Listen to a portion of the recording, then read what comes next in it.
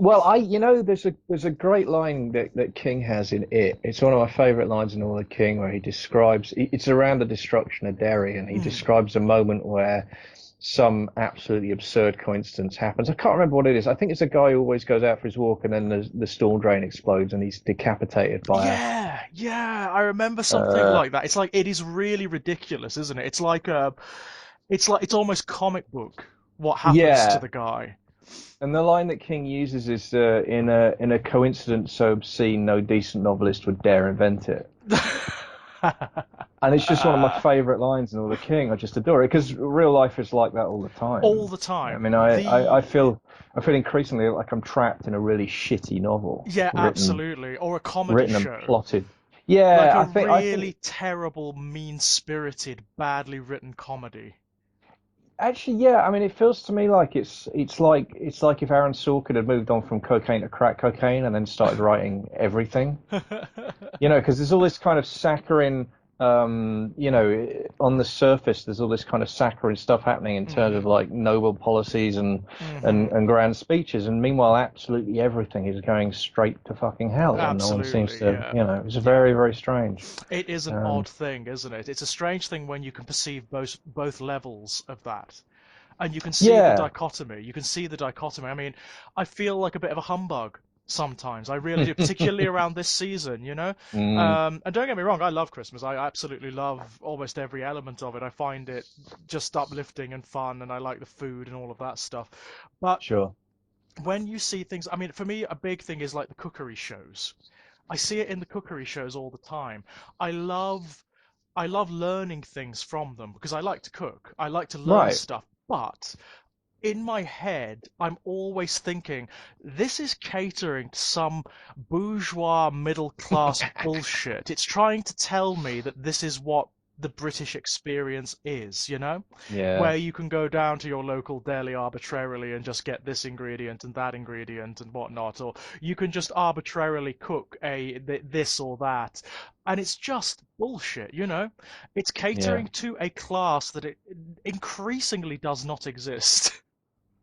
Well, this is the thing, isn't it? I remember talking about this. I mean, as you may imagine, the issue of class comes up from time to time when you're having a Mm. conversation with Jack Graham, I and can imagine just every so often it slips in, once or doesn't it? twice, Every so often it'll it's slip in.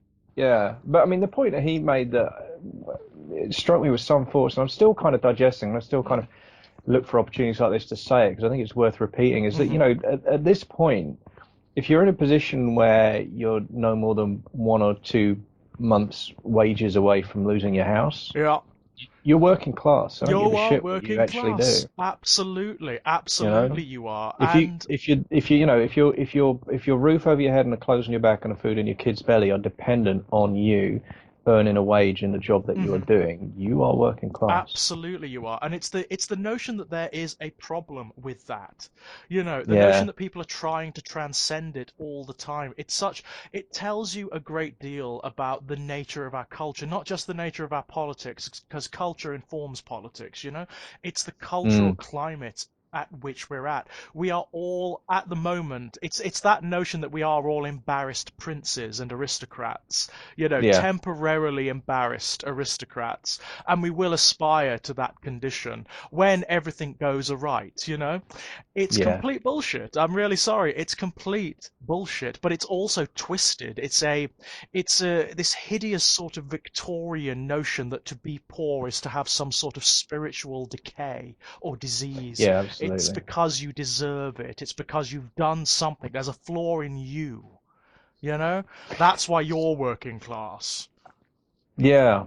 And it's odd too because all the middle class codes and customs and practice still apply. And I mean, this is where we started as a Hmm. very usefully deployed by marketing and by media to segment us as a population and Hmm. to target product at us. Yeah, But absolutely. but but all of that for me obscures the deeper reality of like increasingly there's the incredibly wealthy and there's literally everybody else. Absolutely, And that's yeah. that's the real bifurcation of society now, and yet we're Hmm. still obsessed with working and middle class as identities I think to part to of our the to our great detriment. yeah, part of the problem, of course, is comfort.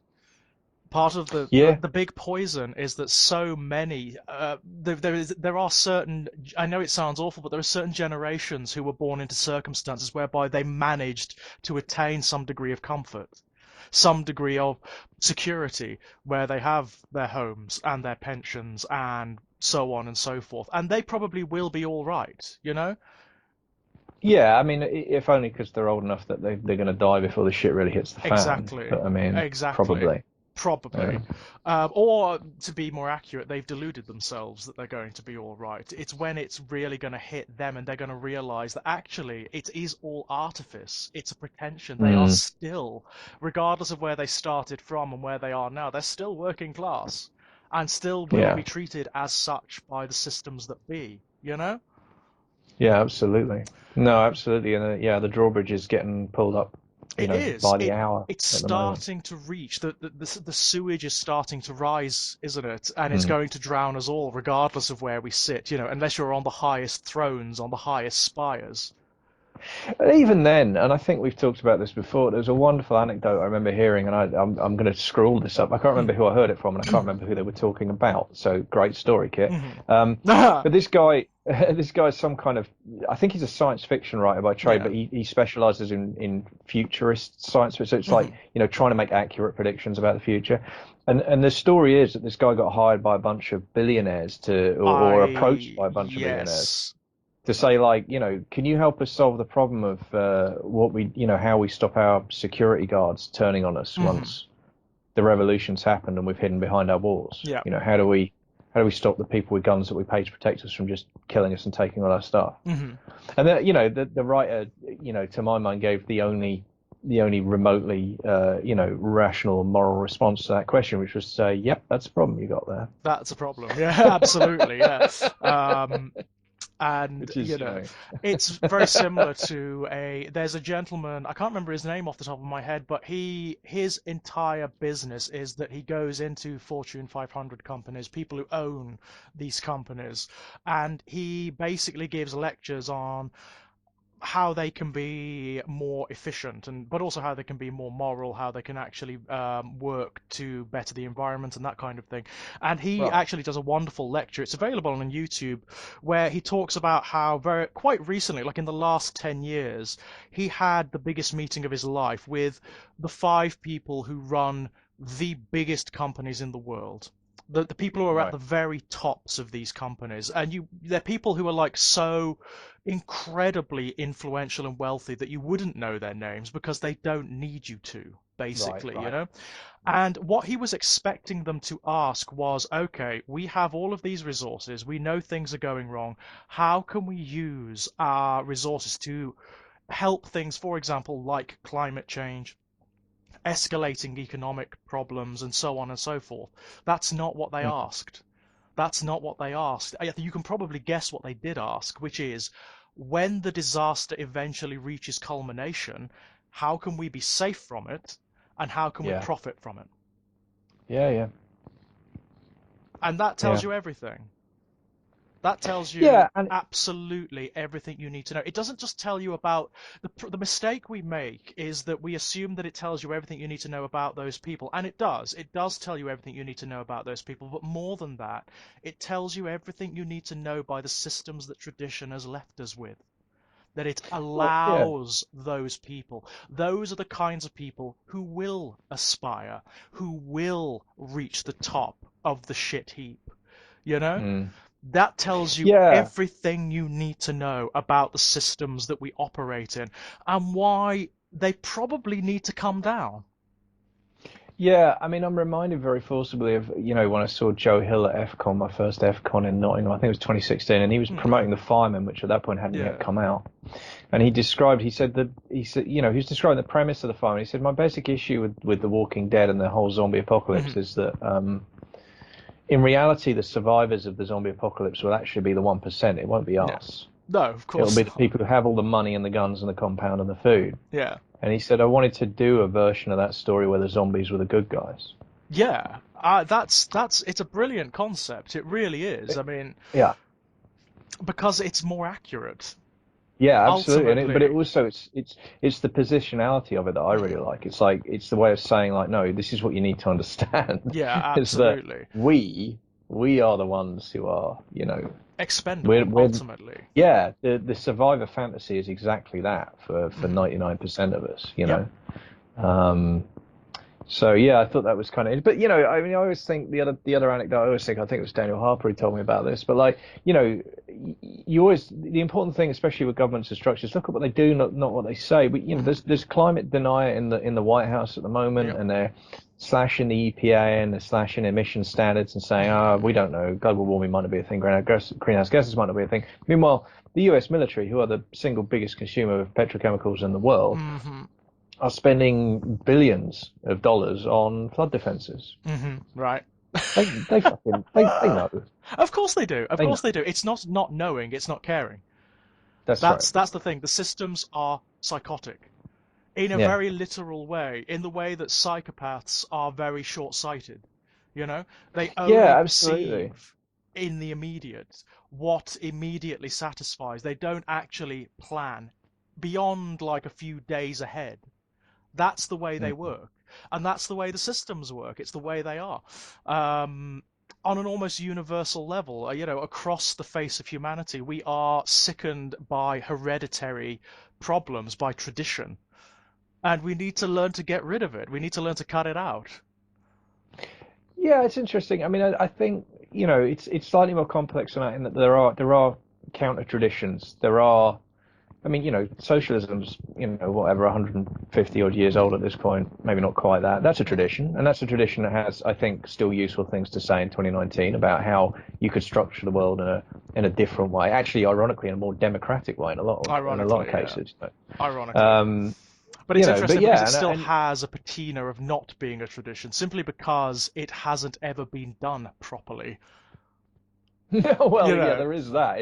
It's universally vilified and well, it's yes, always the been undermined, hasn't it? It has always been yeah, that's undermined true. by the structures that are more enshrined, that are more entrenched.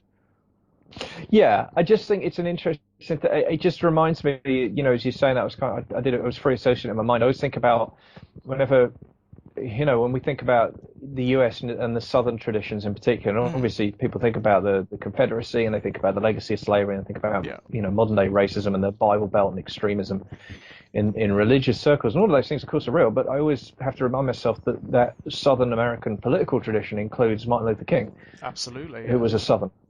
There is also a really powerful legacy and tradition of resistance, of anti-racism, Hmm. of people standing up for themselves, direct, non-violent direct action is incredibly powerful, which we see echoed today in stuff like, Extinction Rebellion, where, Of course. they shut down central London for a week, and so all of a sudden there's a climate emergency declared, and emissions targets appear Hmm. out of nowhere, and the needle's moving in a direction we need it to move. So again, yeah, I mean, I think that the aristocratic tradition, Hmm. the dominant ruling class tradition, yeah, absolutely, we got some fucking We've problems got a lot there. of work to do in that regard. The problem, of We course, is do. that we all operate within the assumptions that those traditions provide, and that, or rather, impose upon us, because we're born into them. We often Yeah, lack yeah. context for anything better,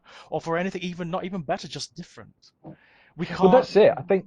We have Yeah, I no, difficulty absolutely. imagining what shape society could take outside of the one that we've always operated in. And also it obliges us. That's a big problem. It obliges us to do stuff. It obliges Mm. us to even, oh, I know it's terrible to say, but give stuff up. It obliges us to actually maybe not rely upon the comforts and the contexts that we always have or that we've become used to. Terrible that, eh? The thing Well, is, it's difficult. what we don't seem to be able to comprehend is if we're not willing to do that, if we're not willing to make those sacrifices, they're going to be taken away anyway, and much more. I mean, that's obviously true. I think that, I mean, one of the things that I do find frustrating, I mean, more than that, I think it's where I have to kind of dance around hopelessness at this point, is that we're not the the challenges that we face are. are of a scale that that they're not going to be solved by individual action. I mean, No, they're they're not. just not. Even mass individual No. action isn't going to cut it. It's going to require very heavy government intervention. I mean, on a global scale Yeah. at this point is what it's going to need, because we're going to have to basically change the way we do economics. We are going to Hmm. have to redraw the way. I mean, it's as fundamental as that, and our systems are fundamentally economic systems rather than democratic ones. Obviously, I mean that's So, the. but yeah, I mean, it's interesting because it does. I know this sounds like again, it sounds like a distraction, ladies and gents, but actually, again, what we're talking about ties into very, very, very succinctly what we intended to talk about. It really does. I mean, Doesn't seem likely, but it does. it Yeah, it's doesn't. true. No, I mean, we are ostensibly talking about a Clive Barker product here, and the Indeed. interesting thing about Barker is that generally disregards politics in his fiction, at least in a direct way. I think he's gone on record as saying that politics is the arena of dead men.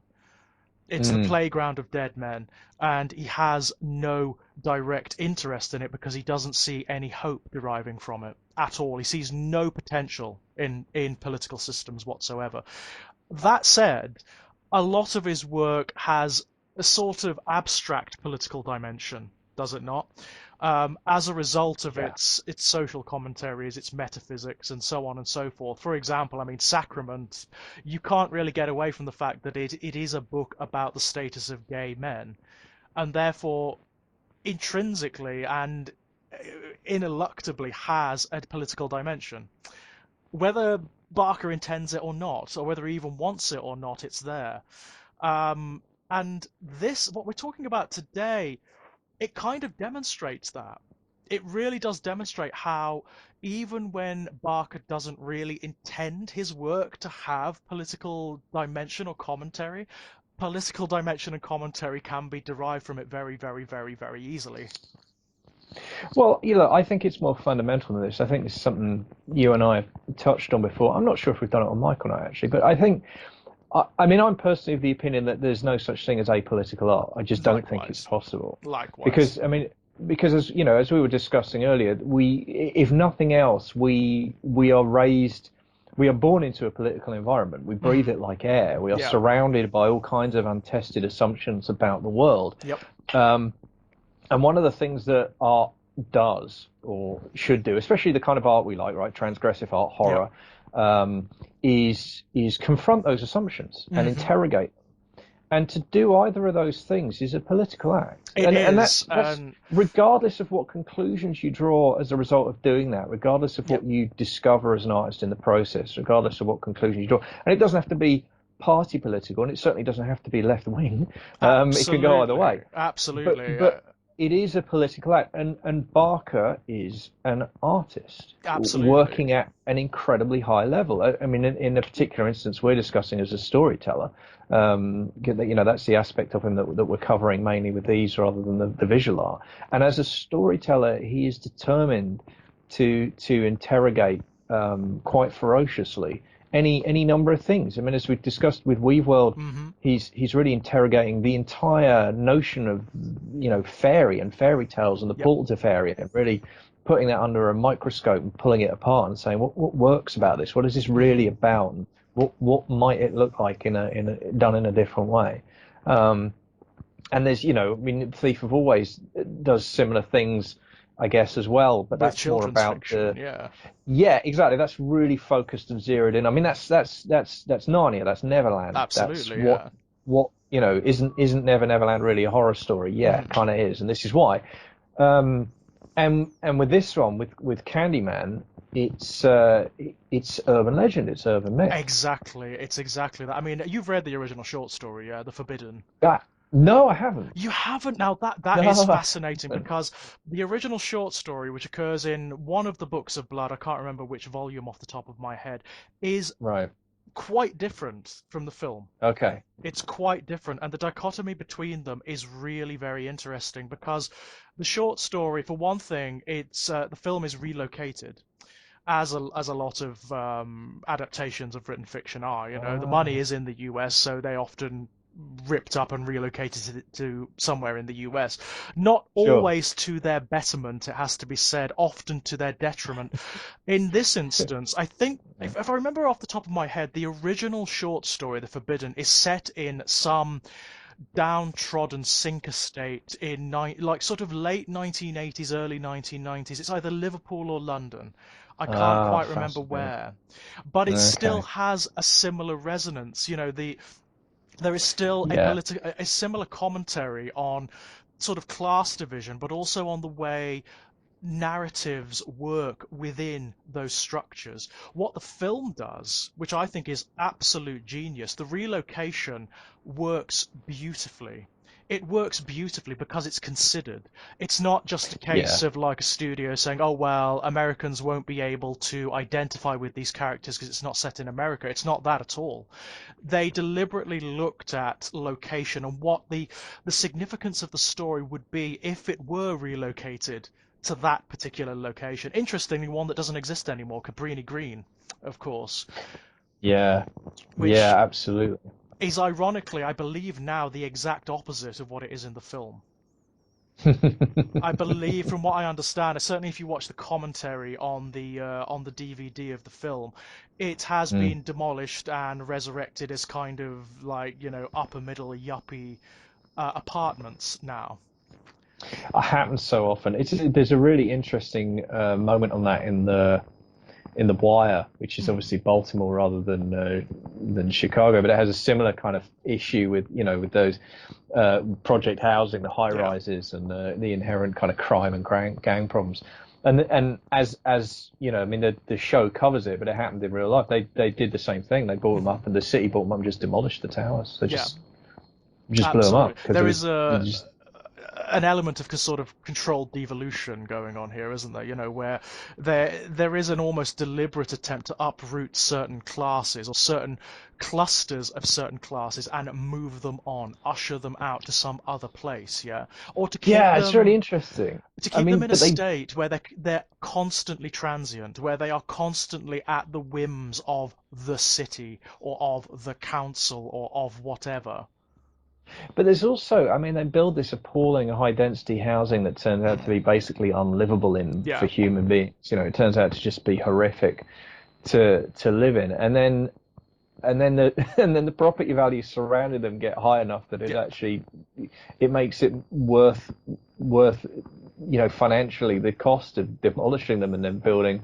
And yeah, as you say, in the process, displacing the low wage labour that the housing was built to house in the first place, so that there were absolutely, people yeah, who could, make the sandwiches that would feed the people who were living around and hoover their exactly. carpets and mow their Well, lawns and blah blah blah blah blah. And it's really interesting that, but as you say, it just again, it's the absolute kind of merciless machination of capitalism, right? It's mhm. just like no, this land is now worth enough that we can just send in the bulldozers and the demolition team and get rid of the whole thing. And of course, I mean, let's not beat about the bush here. Like the poor working class black population of Cabrini Right. Green, what do they matter? To the wider systems, what do they matter? They have no voice, they Yeah. have no representation. They are the lowest of the low on a ladder that descends very, very, very, very deep into the bowels of hell. Yeah, absolutely. And I think that, I mean, one of the things that, I mean, I remember going in, so I rewatched the film sort of, Hmm. I don't know, 2 or 3 weeks ago, maybe fairly recently, in preparation for this conversation and an essay I've got Hmm. coming out in a week or so. And I remember coming back to it thinking, because I mean, I watched this a lot as a teenager, but I Yeah. haven't watched it since. So I remember coming back. One of the things I was thinking was, okay, really look at the racial politics this time, because it Hmm. won't have been something I would have been well versed in at that point in my life. Well, Um, that's an interesting thing, isn't it? Because it's something I was thinking about before I came on. This film operates on so many different levels, It oh came yeah, out yeah, at a yeah, time when establishing horror franchises was very lucrative, you know? If you could create Yeah. the new monster from which you could create a slew of sequels, then you were quids in, you know. You could make like millionaires overnight from doing that. And I have no doubt that it was part of the intention behind the Candyman because it was just so lucrative and so possible to do. And it operates on that level. If you want to come at this film and just have another really gory, really kind of nasty horror franchise, then go for it. Yes, it's there. That element is there. But it also Yeah. operates on numerous levels, on numerous sort of like literary and mythological levels that require analysis. Yeah, I mean that is really interesting because there were sequels. I've not seen them, but I know there were. I Mm, think there were a couple of there's a sequels, weren't couple there? of There was, sequels. but but but it's but the film itself is absolutely a complete action. That's one of the things Yeah, I was really impressed by watching at this time was just how complete the story is. yeah, It, it's fantastic. It really is absolutely fantastic. It's one of my favorite ends to a horror movie ever. yeah, The final scene, the final two scenes. You know, hmm the murder of Trevor, and then the cut to the fresco. You know, the yeah. wall. It just it's just glorious. It It really is. really is. It works on so many levels, doesn't it? Like it's not just like Yeah. narratively and mythologically, but in terms of the many and layered implications of this film. It works Mm. so well to have Yeah. Helen drawn into this mythology, to have her become a part of it in such a sincere way.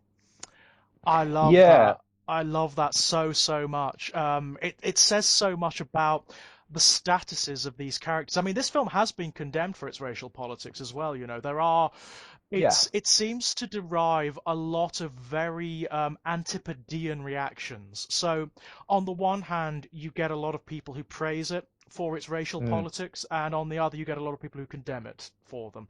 And I can see that. I can see that because it is playing with certain tropes that are themselves racist. Yeah, of Well, course, yeah, absolutely. you get the sort of very sort of Snow White, virginal, sort of upper middle class white woman who's been stalked by the big black man, essentially. You know, it's that Yeah. trope.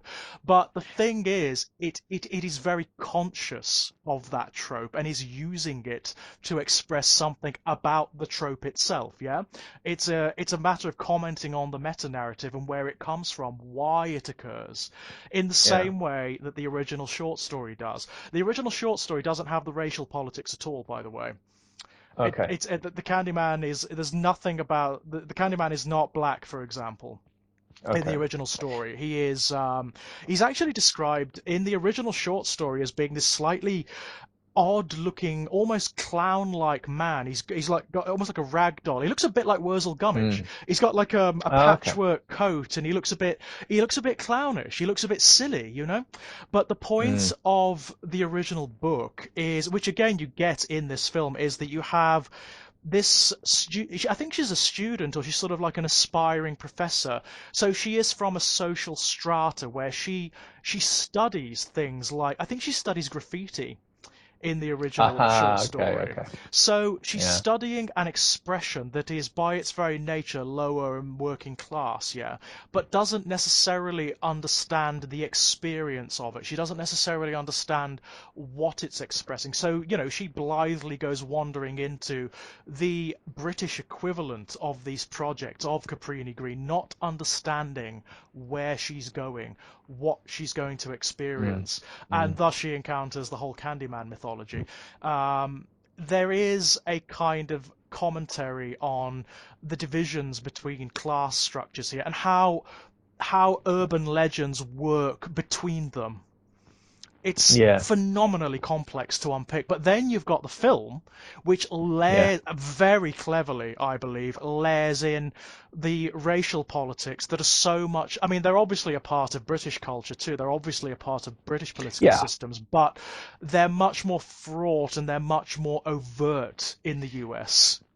The thing is, the British legacy of slavery is very different from the Yeah, American legacy of slavery because the totally. British legacy of slavery is we profited from it. Yeah, that's our legacy. Our Hmm. legacy is the wealth that we generated by trafficking human beings, but Hmm. we didn't have the same sort of thing with the plantation slaves actually on British soil because it was Hmm. outlawed in the UK, Yeah. whenever it was, but we were, I mean, so, it's a really odd thing where we kind of, I think there's we're back to talking about the mythology of a nation, right? We're back to Yeah. talking about how we see ourselves. There's a kind of perception, I think, a self-perception of Britain where we look at the Civil War in America and think, oh, how disgusting, they had slavery and Hmm. blah, blah, blah. And it's like, well, firstly, we had colonies Yeah. which acted as vassal states, as slave states, effectively. So Yep. let's not get too.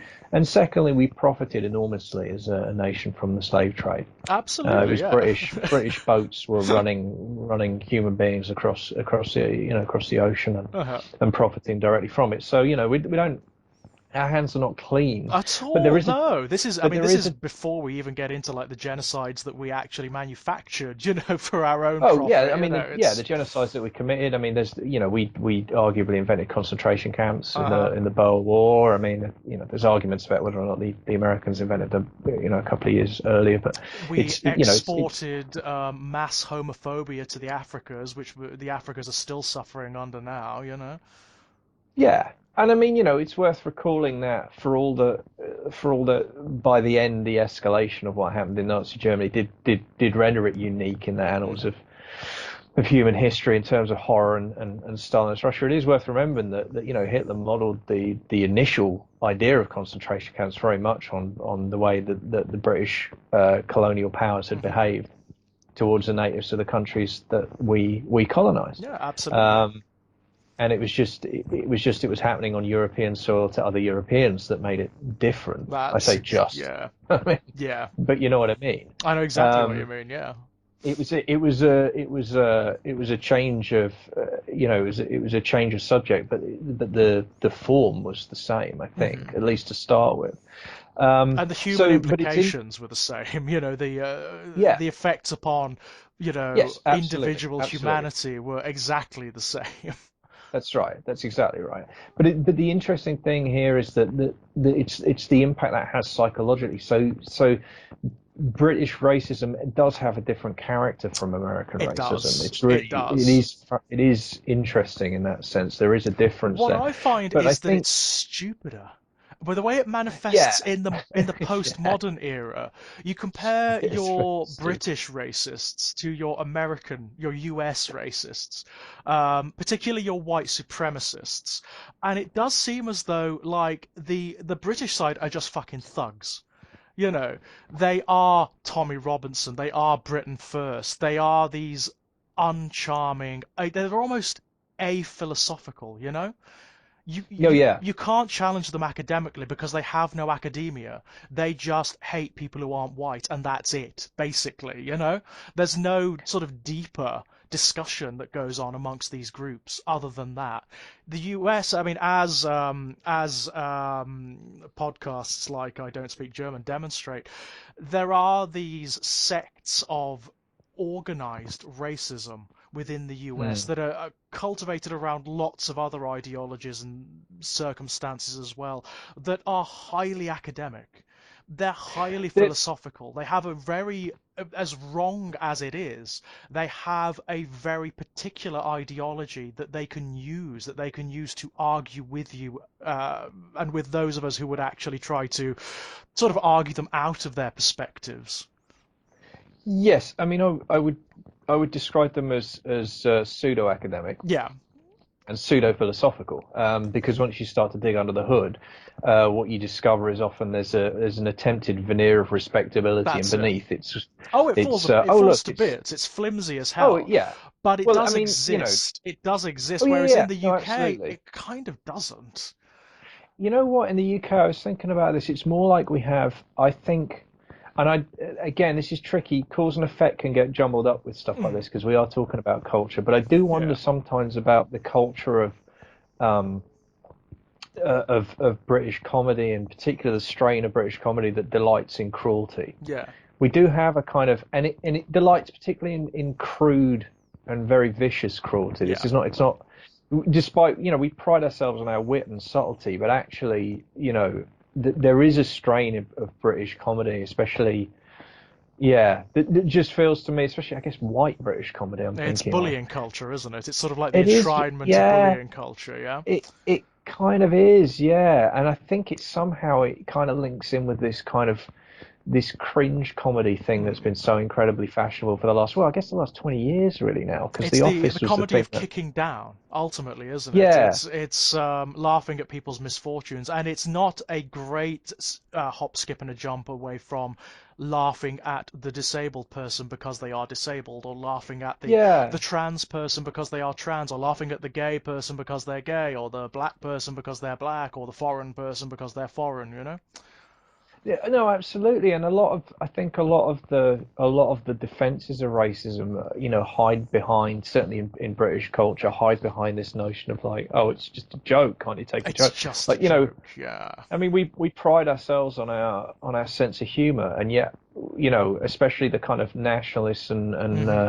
patriots among us, you won't find a more humorless bunch. No, exactly. You know, Especially about the a things that more they hold sacred. thin-skinned, yeah, Yeah, exactly, a if more you start telling thin-skinned, jokes humorless bunch you about won't the find. Queen or about the royal family or about stuff like Yeah. that, suddenly, oh no, you can't say that. Suddenly they get a bit riled up about that, even when the criticisms that you're raising through your humor are definitely fucking true. Yeah, You know? no, it's. I mean, again, we talked before about this. I always find the line of the idea of the tutting humorless lefty just Mm. like ridiculous It because is without ridiculous. hands down, the funniest people I know are all without exception lefty. They just It are, and it's. it derives from that same cultural assumption. You know the cultural assumption that they usually use the term millennials and use it incorrectly, Oh by the God, way. yeah, yeah, What they actually mean is just any generation below theirs, can't yeah. take a joke or are too serious about things or are so easily offended. Now, I look back at the 1970s, even the 1960s, and the 1980s, and you look, particularly in this culture, at the Mm, mass movements of organized offense. The Mary Whitehouse Brigade, the that's right. furor around the life of Brian, right? Yep. And you're Yeah. like, no, actually, No, it's no. reactionary. Yes. It's complete bullshit, actually. Yeah. The assumption, and it's so pervasive, this notion Yeah. that younger generations or the activists on the left or whatever, or people who are campaigning, even if they're not like, if they don't hold to leftist politics, if they're campaigning for any kind of civil rights, are humorless or are so Yeah. easily offended. Well, no, actually, when you were kids or when you were young, your temper tantrums from your sense of entitlement were often violent. If you saw two guys walking down the street holding hands, or an Yeah. interracial Absolutely. couple holding hands, yeah? So fuck Yeah. off. Fuck Yeah. off. It's complete bullshit. I have no time for it. I really have no time for it. And I see a lot of people I actually respect for spreading that nonsense Yeah. because it's so No, it's really pervasive. frustrating. It is Yeah. very frustrating. It's very frustrating. But yeah, and it's fascinating to me that because you do have the original short story, which is set in the UK, and that has a kind of Mm. commentary for certain class divisions within the UK, and then you uproot it Yeah. and you take it to the US, and suddenly you have this entire other dimension coming out. Yeah. It's And I think it wonderful. was yeah, and I think it was certainly a brave decision Yeah. to make Candyman black. I think it was a necessary decision if you were gonna do it and be intellectually honest about that uprooting because if you're dealing with I mean that's in terms of a sinkhole estate in the UK, whether it's Liverpool or London, what you're talking about there is not necessarily working class but underclass, right? You're Underclass, talking about yeah. people who really are on the breadline struggling to Hmm. survive, potentially making do on benefits Yeah, or almost certainly. you know living hand to mouth in some other way, Well, and you have that to bear in kind of mind, I mean, it's the short story is set and was written indeed in the midst of Thatcherism. right. Although So, oddly, it's worth bearing in mind that even under Thatcherism, the social safety net wasn't as weak as it is now. I mean, no, it that's an wasn't. interesting thing. Is that That's a frightening statement to make, isn't it? yeah, but it's Um, totally true. I mean, like it's I true, think yeah. about like I mean, I spent most of my time being raised by a single mum, and she was able to be a stay-at-home mum for the first what, 7 or 8 years, I Hmm. guess. I mean, she was still at home when I was certainly for my entire time at primary school. Yeah. That was it. She was a full-time mum, and she Yeah. was on benefits. Now, we didn't have a lot, Hmm. and we made do with what we had, but she was allowed to do that. Yeah. Right. Like it wasn't like that just wouldn't be possible now. It's just I not mean, possible, is it it? literally would not be, but that's not an exaggeration. That's not hyperbole. It would not, legally, she Yeah. would have to be looking for work. She would have to demonstrate she was looking for work. Yeah. And if she was offered any kind of job, she would have had to have taken No it matter how by law. degrading, no matter Yeah. how No much matter how hard time. it was to get Yeah. to, no matter how much it costs in terms of childcare. And Hmm. that's the reality that, and I mean, I'm not saying it was like easy or fun or whatever. Like, I'm not, but she was she was able to even make that choice, to Hmm. say, okay, we're going to be poor, but I'm going to be at home. Yeah. And that was Yeah. a choice she was able to make that is not even that choice Yeah. is not available to a single woman with a child in 2019 in the UK. I mean, Mm. it it's it's we always think of social progress as inevitable and leaning towards the direction we want it to And lean it's just not towards. true, is it? And then you think about something like that and you think, actually, we're really that we've gone in the opposite Yeah, direction we're there. Really degrading. have. In certain Yeah. ways, we're degrading. Yeah, definitely. And by the way, this is from the same fucking right wing that will bang on about family values every fucking Yep, chance they get, and about the sanctity absolutely. of motherhood, and about blah blah Hmm. blah, and how important all this shit is. It's like, yeah, okay, but not important enough for you to empower women to choose Exactly. to be mothers if that's what they want to fucking be. Exactly. Yeah. I mean, You know? it makes you wonder, doesn't it? Like, if Barker were like writing now, what Mm, would if he were like just an up and coming writer now, what would The Forbidden have been? What would it have mm, been about? I mean, in in the original short story, what it's actually about is the way even in the most degraded situations, narrative occurs, basically. mm. Mythology occurs. That's what the Candyman is, and that's what he's a commentary upon. He's kind of like the manifestation of the collective mythologies that the latchkey kids and the orphans and Yeah. the degraded and down and out create. Basically, he is, as he himself states, and he does, even Tony Todd's Candyman states this. He is the whispers on street corners and in schoolyards. Yeah. Yeah. Yeah. Yeah. Yeah. It's fascinating, isn't it? And it tells what it is. It's like a lot of Barker's work. It's a commentary on meta narrative. So it's a commentary on why we create stories and Yeah. how they express something about our circumstances and our situations that are absolutely essential. But I think that's also Barker, reaching for universality, Yeah. right? So he's looking at the human condition there, and he's saying, okay, even even in the most deprived of areas, the most deprived of lives, in people struggling with this kind of like, real, crushing poverty Hmm. and narrow horizons, and there's still uh, there's still this there's still this incredible power of imagination, and there's still Yeah. this need for stories and this There's a desire to narrativize and to Exactly, yeah. There's a collective mythologize. Yeah, narrative urge, isn't there? And it's true. We yeah. see it in every arena No, that it is human true. beings spread into, basically. It's a really poignant commentary because it is universally human. It's something all collections of human beings do, regardless of their circumstances, even in situations like the, the concrete horror, the level of hell that is a sink estate in 1980s Liverpool or London or Yeah, whatever, you know? Even or yeah, there, or it Cabrini Green happens. in Chicago. Or Yeah, Cabrini Green in Chicago. We've seen it happen on the internet, of course, as human beings have spread and have started to engage on this in this virtual arena.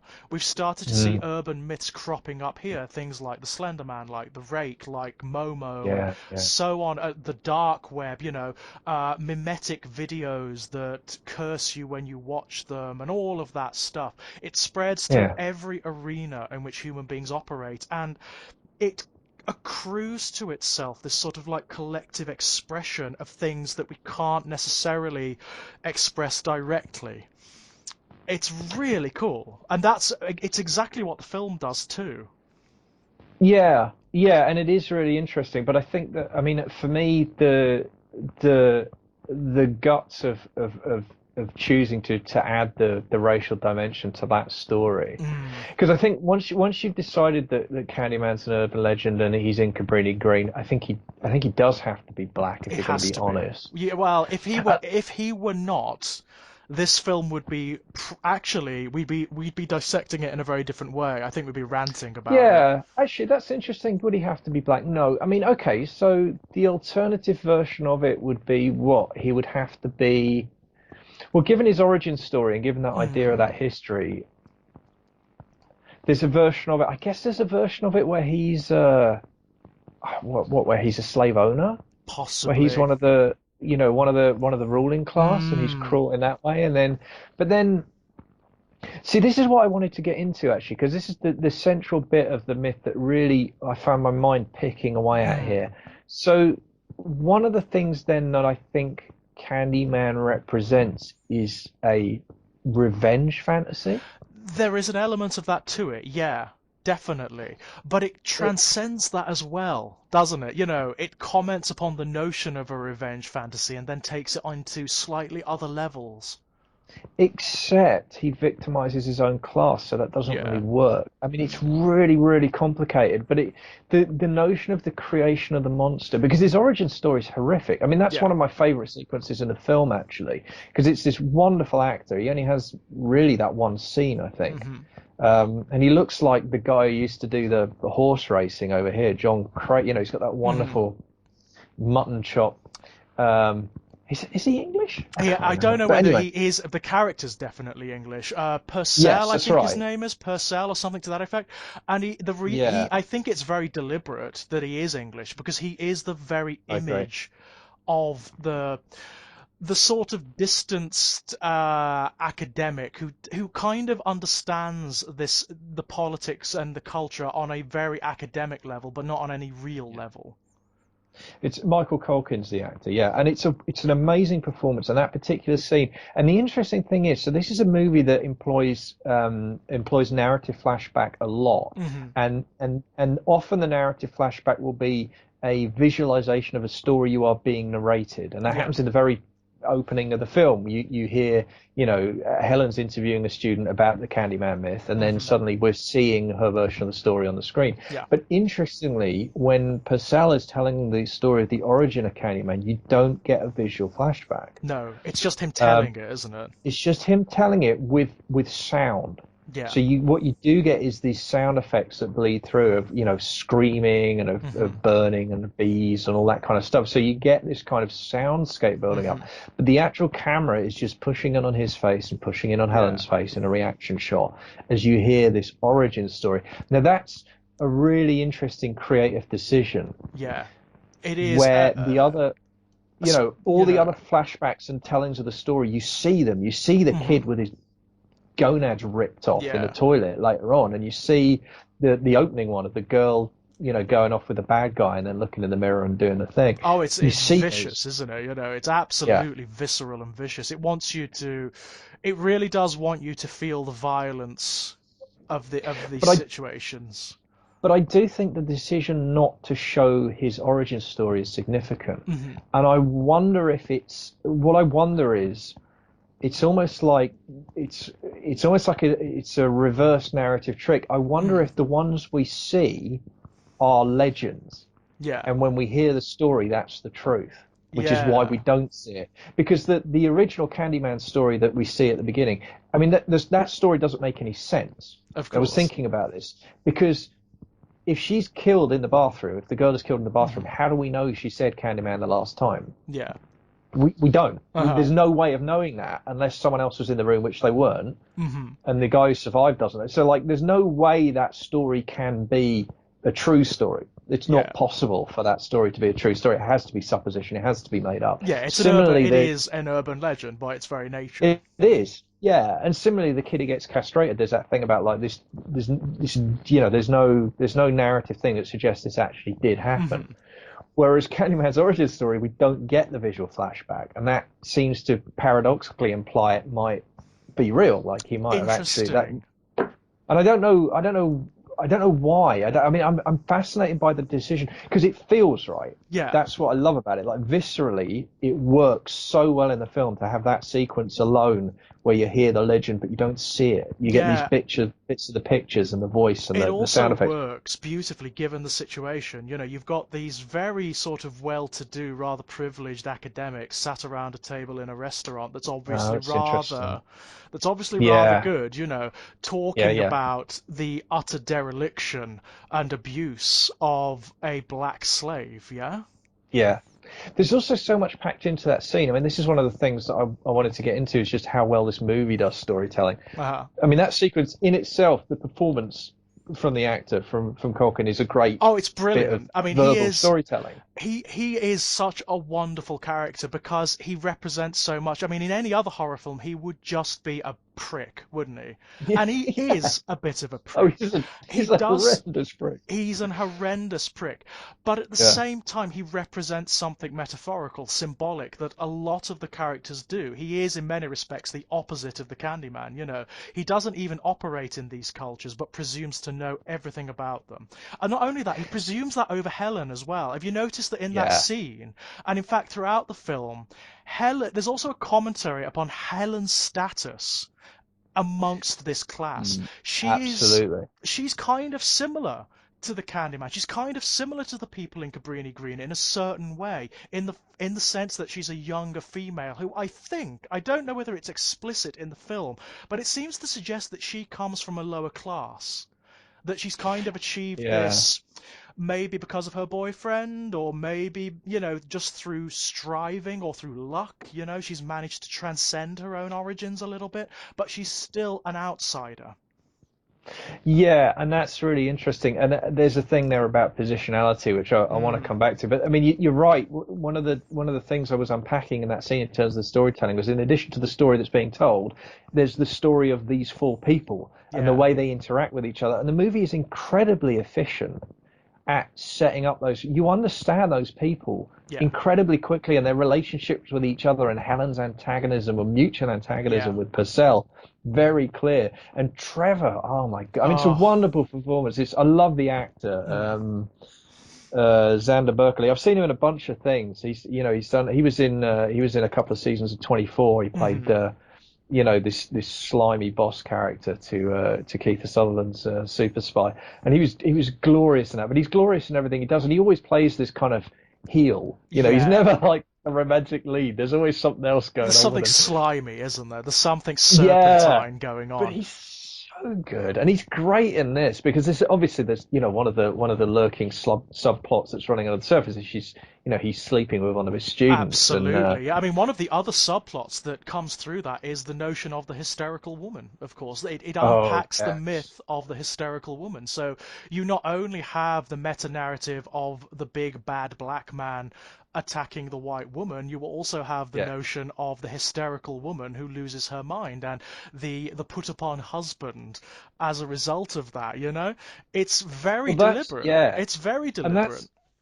that's where the movie is doing intersectionality in an incredibly kind of complicated way because Yeah. I mean, it's explicit in the text at the point at which Helen goes to Cabrini Green on her own, and then she gets beaten up, and then she identifies the guy, and he's going Hmm. to prison, and she actually says to her black female friend, honestly, take a white middle class woman gets hurt, and Hmm. suddenly everybody cares about this It's place. But absolutely they're true. not, they own it. They don't. Yeah. The film doesn't back away from it because I'm watching it and I'm thinking, okay, this is a bit white savior. This is a bit Hmm. awkward, and then the film just goes ahead and says it, and you Yeah. think, well, okay, So it's aware of okay. it, you know. It's So it's not completely like, aware, and at that point you think, okay, so it's commenting on that. It's yes, it's it aware that is. it's commenting on. That's the thing. It's commenting upon it, isn't it? Yeah, It's not like, say, Antichrist or whatever, where you don't know whether the film is misogynist or is commenting upon misogyny. right, right, This is right. absolutely overt. It's not delivering these particular tropes because it's trying to promote them or because it's prey to them. It knows about them No, that's right. completely and is deploying them in a very tactical way. Yeah, and and by the way, that's not to say it might not still have screwed up. I don't, to be honest, I don't feel qualified to speak on that. I think there will be people who understand these areas far better Hmm. than me, who I would rather listen to than comment myself. But Yeah. yes, it's clearly aware of that. And as you say, what's also interesting about that is, whilst her whiteness and her middle classness protects her to a degree in Cabrini Green, or at least empowers her in a way Hmm. to make to do the things she Well, does there. it's the power of The fact that assumption and ignorance because she has a slightly imperialist quality to her. The fact that she oh no, goes to absolutely, Cabrini Green, this very yeah, Snow White looking woman, and she's even dolled up as though she's like wandering around some very upper middle class neighborhood. She goes there with this sense of insularity as though she can't be harmed. And that yeah. derives from the class structure that she's part of. Oh, it couldn't Well, possibly happen to me? but again, but again, she knows that she's doing that too, because Hmm. she says to her friend, dress conservatively. They'll think we're Hmm. cops. They think Yeah, we're cops. It's okay. They think we're police. We're going to be yeah, all right. And that's what she's doing. And yeah, she's absolutely, she's her whiteness is her armor. Her middle yeah, classness is her armor that she's wearing. And yeah, ultimately, it's not enough to protect her when she, pushes a lot and goes back a second time. But it is enough to mean when she gets hurt, unlike when the people who have to live there get hurt, yeah, something actually absolutely. gets done about it. But you're right. What's amazing is that armor does not protect her at all No. when the hysterical woman trope comes into play. When she's the one who suddenly starts saying things she can't explain or being in Hmm. these positions. And that's the point, Um, isn't it? I mean, it's kind of like there yeah. is a kind of didactic element to the experience that the Candyman puts her through. It's like he's trying to show her, you're the story now, okay? This is the Well, here's another. Yeah. narrative they're going to spin you through as they spun me. Now, this is another really, really interesting thing about the movie, and I mean, this is absolutely fascinating. So the traditional way you would play a narrative like this in a horror movie is you would spend as much of the film as you could preserving an ambiguity about whether or not Candyman was real. Yeah. That's what you would do because Hmm. that's the way this kind of story basically always works. I mean, Yeah, it's a gimme, right? It's urban legend. Are they real? Are they not? That's the absolutely. central mystery. And the whole film would play that out, and you could read it one way and you could read it another, and it would either, in the last half hour, the last 10 minutes, or the final shot, reveal one way or the other, Yeah. or if it was really ballsy, it wouldn't, and it would Hmm. leave it hanging, and people would argue about it, on the Yeah. internet about whether or not any of it was real, Ah, like the there's this Joker bit of movie. evidence here. Look, this happened. Exactly. Yeah, yeah. Right. So I mean, I mean, the Joker movie is an exemplar of this, right? It Where really you get to the is. end and you're like, oh, none of this could be real, or all of it Hmm. could be real, or there's some line in between, and Yeah, people will bits of argue it. about it and their own interpretation. That's wonderful. Candyman does the exact opposite thing. The opening scene of the Yeah, movie is a monologue from the Candyman to yeah, us, yeah. He's real. saying, "I'm real. I'm This is real. really happening." The thing about I think this is something that derives from the original story, to be honest. The point that the Candyman himself makes by measure of his existence, but also by what he says, what he actually proclaims to Helen, is it doesn't Yeah. matter. There's No, a that's right. there's a dissolution in this film, as there often is in Barker's fiction, between the actual and the mythological. He Yeah. says to Helen that she doubted him, so he was obliged to come. I Yeah, was obliged to come. Yeah. he's formulated whether the real man, like the original man. I think in the later films they actually give him a name. His name is Nathaniel Robitaille. Um, Right. doesn't even matter. This manifestation of the Candyman may not be like the soul of that man. Mm. It's a collective narrative experience that's kind of coalesced and taken on a reality in and of itself as an expression of just all of these boiling concerns and issues that are going on not only in Cabrini Green but across the nation, throughout the collective consciousness of humanity. He's a living Sure. dream. That's what happens to Helen at the end. Yeah. But the other interesting thing about him is that, I mean, I say that he's real from the beginning, but of course Hmm. he doesn't describe himself as real. No, He describes himself as a myth, as as a rumor. rumor. And there's Yeah. yeah, it's that line. It's a blessed state, Mm. believe me, to be talked about, to be feared, but not to have to be. Well, here's another thing that makes the Candyman so interesting. And I mean, those lines are cribbed directly from the short story, by the way. The Right. part of the point of the Candyman is that he's a monster that celebrates his own monstrosity. So he's in love with Yes. the notion of being a myth, of being a story, and he wants to express to not only the characters but the reader what a wonderful situation that is, to be eternal, to be something that is abstract and that is pure in its own peculiar way. And that's where I find the origin story so complicating because there's that thing about again you're back to the notion. So he was a product of I mean unimaginable cruelty, and as a Hmm. result of, I mean purely as a consequence of falling in love, right? Yeah, I mean that's really, and it's explicit that it's a loving consensual relationship, so they avoid that yes. particular trick They because that's avoid the notion of the black rapist, yeah, which is again another yeah. trope that could have come up here. But you're still dealing with the political dynamite of a black man in love with a white woman, and vice, Absolutely. a white woman in love with a black man, which is still culturally in 2019 is still Yeah, culturally, dynamite is still culturally dangerous, absolutely. still has Absolutely. all kinds of connotations and prejudices and unpleasantnesses attached to it that would have been greater in 90. I mean, I was thinking about that actually. This is 92. I mean, the Ice-T Body Count album came out in Hmm. 1991, and that Right. that was talking about relationships between black men. I mean, there's a line on that album about the real, the problem isn't the lyrics on the record. The fear is of white kids liking black artists, but the real fear Hmm. is of the white woman falling in love with a black man. And That's that's yeah. Ice-T in '91. And Yeah. then you got Public Enemy with Fear of a Black Planet, which Of I think is the course. same year or the year afterwards. Hmm.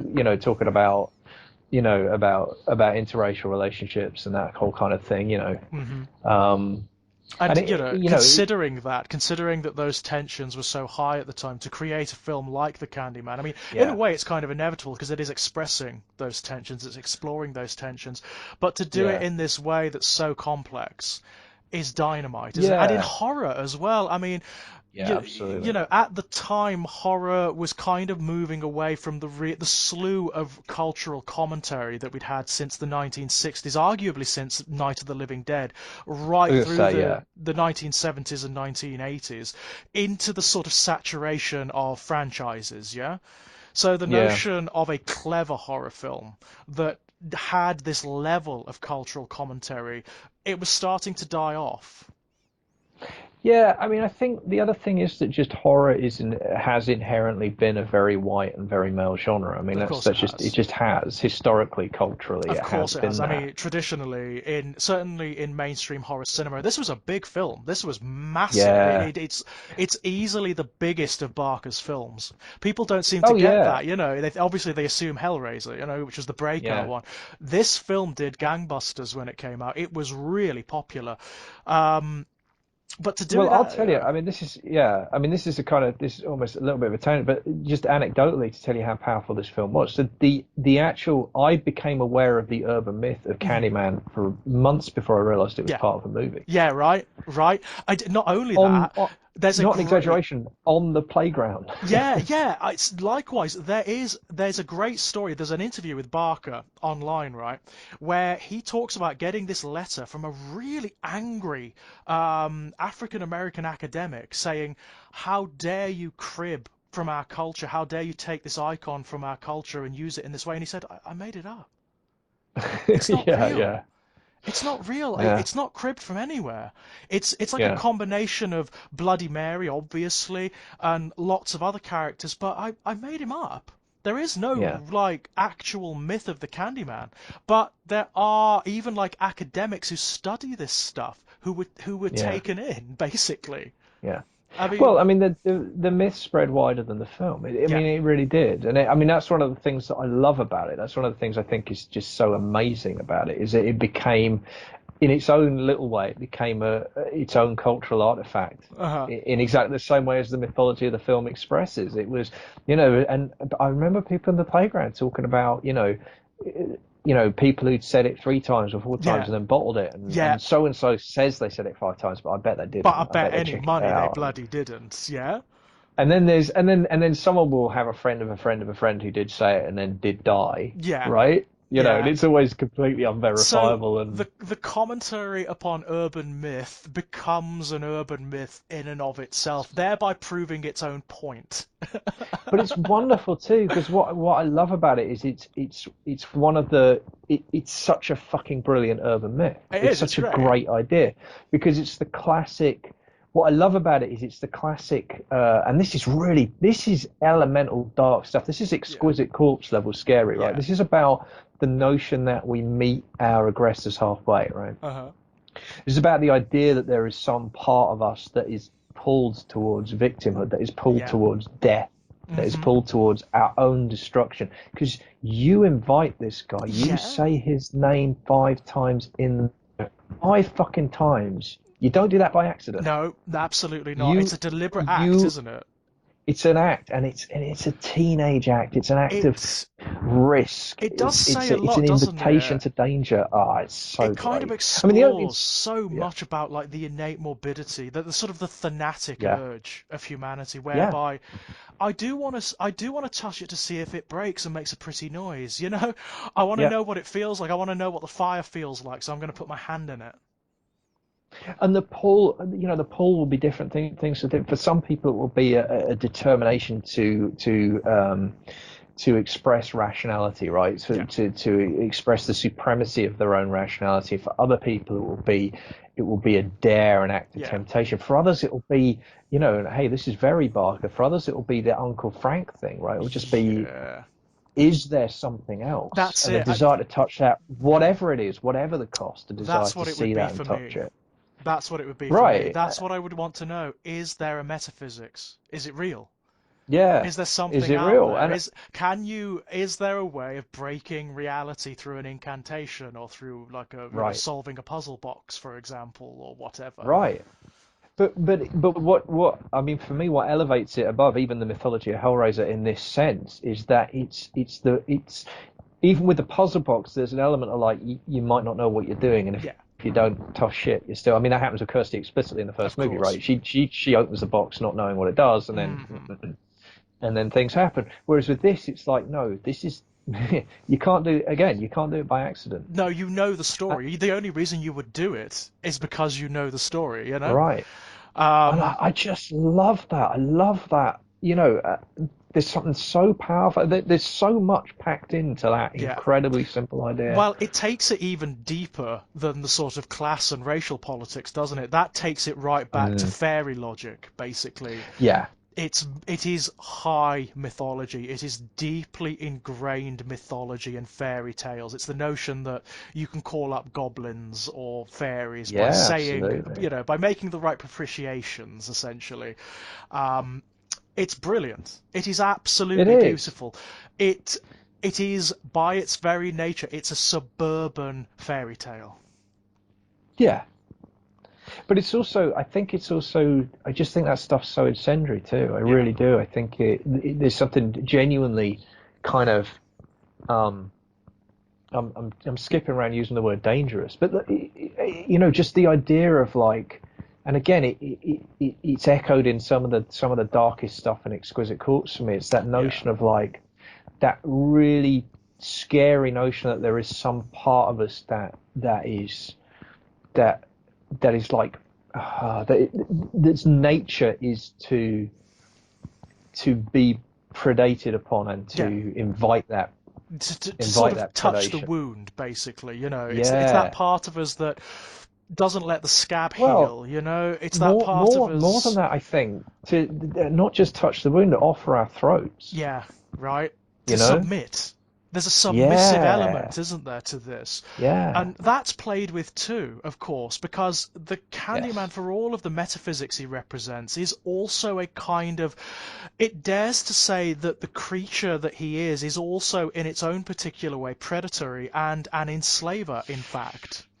yeah, and that's where it does get really, really difficult because that's where all the stuff we've talked about, where the film's been very careful with its sexual Yeah, politics and its racial politics, but then they all completely collide in the yeah, last 20 minutes.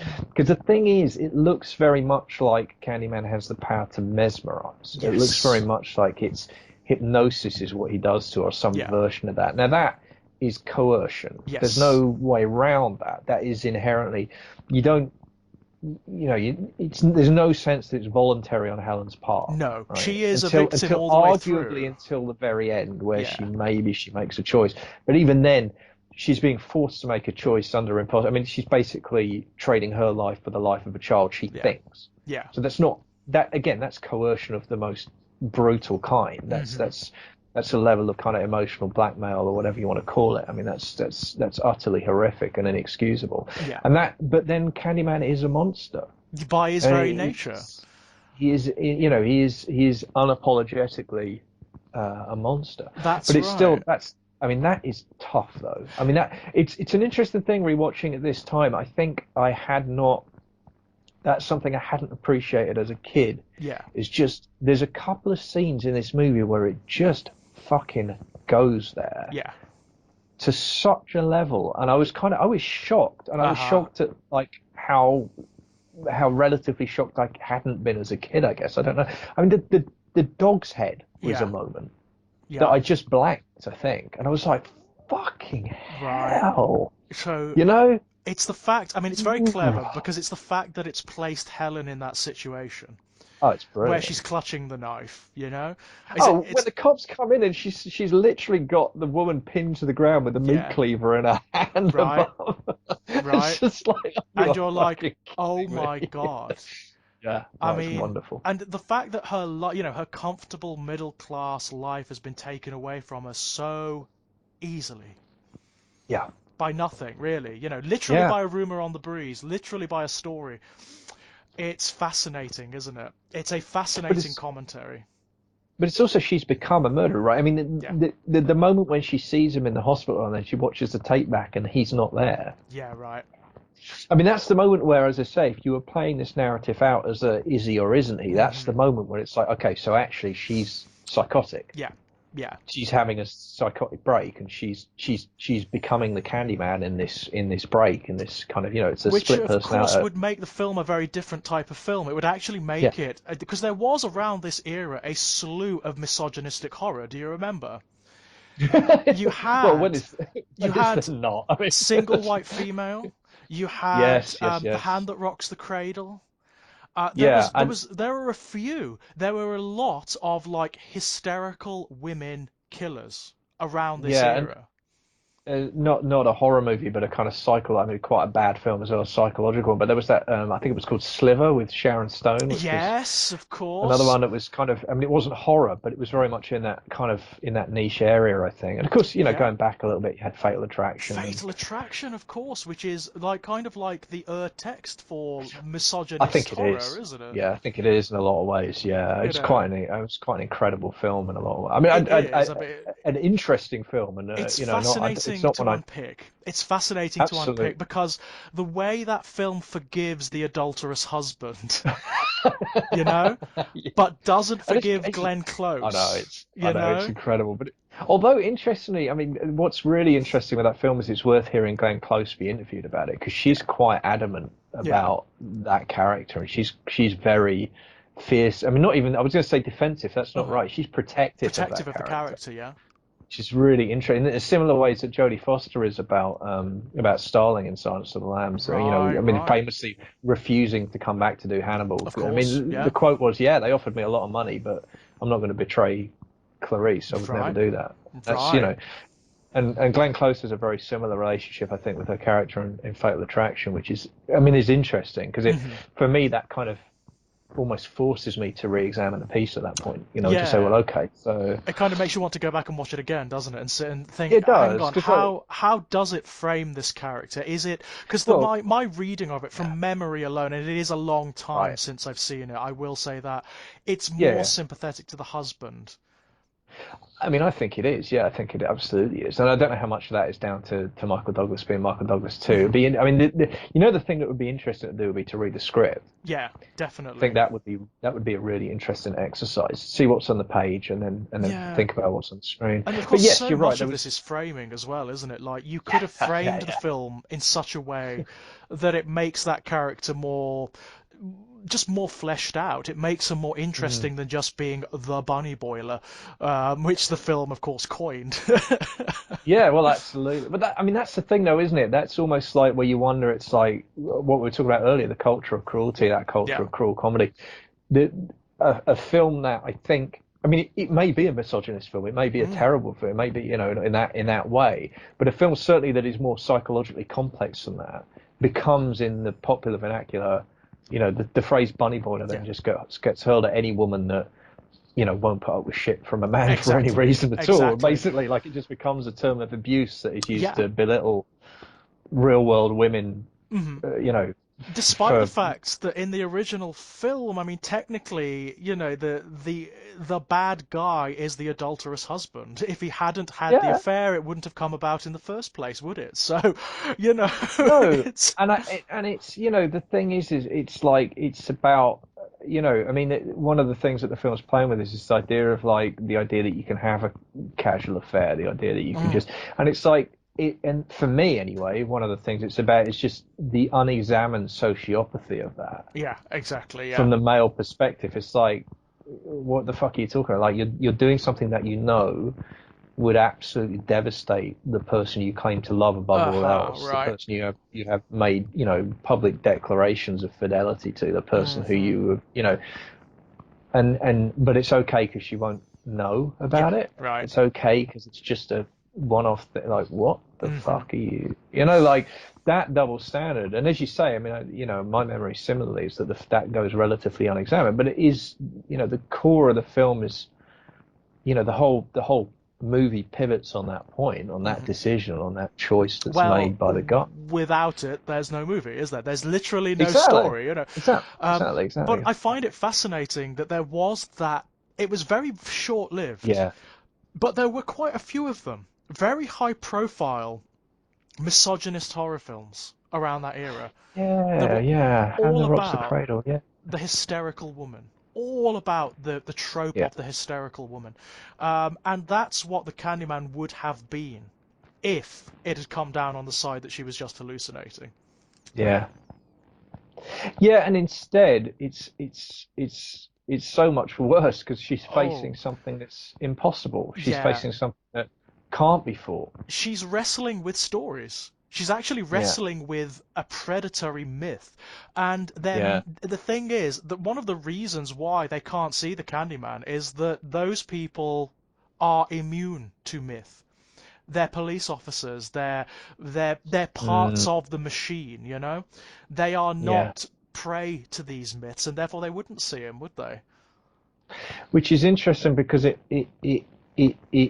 renders them immune to it, but oddly it also renders them vulnerable to it, He like does, as we completely see, exposed to it. as we Yeah, see. and that's really interesting because that touches on. I was thinking I reread King's Everything's Eventual recently, and Mm, mainly because I wanted to read 1408 again, which mhm. is one of my all-time favorites, and it held up. It's just a stunning piece of I work. like But there's 1408 very much. I'd forgotten how much, like, half of that story is the setup. Half of that story is the manager trying to persuade the guy not to go in the room. It's one of the Yeah, best bits. And it's so lovely because the guy's aware that because he's a ghostwriter. He's like, yeah. oh, this is such a hokey kind of, Oh, it's it's yeah, wonderful, it's wonderful, bullshit. wonderful piece of It's writing. It's so good. But there's a moment in there where the manager's like, he said, no, I've read your books and that's why I'm so scared because I know you don't believe in any of this stuff. uh-huh, right. And that's probably done you a lot of good up to this point, but it's not going to do you any good here. In fact, Yeah. it's a liability here. Hmm. And I love that. I love that because I don't even really, I'm not sure what that means. I'm not sure why that's important, but it's what you were saying. It's the same with Candyman. They are immune to it on one level, but on another level, what that means is they are totally exposed and vulnerable to it Yeah, because they will never see it because they can never see it, of even if it's course. happening to them. Of course. And of course that means they will take the risk. Yeah. Their rationality actually becomes a vulnerability in this instance because you're dealing with an irrational situation. The rules of Yeah. reality have been rewritten here.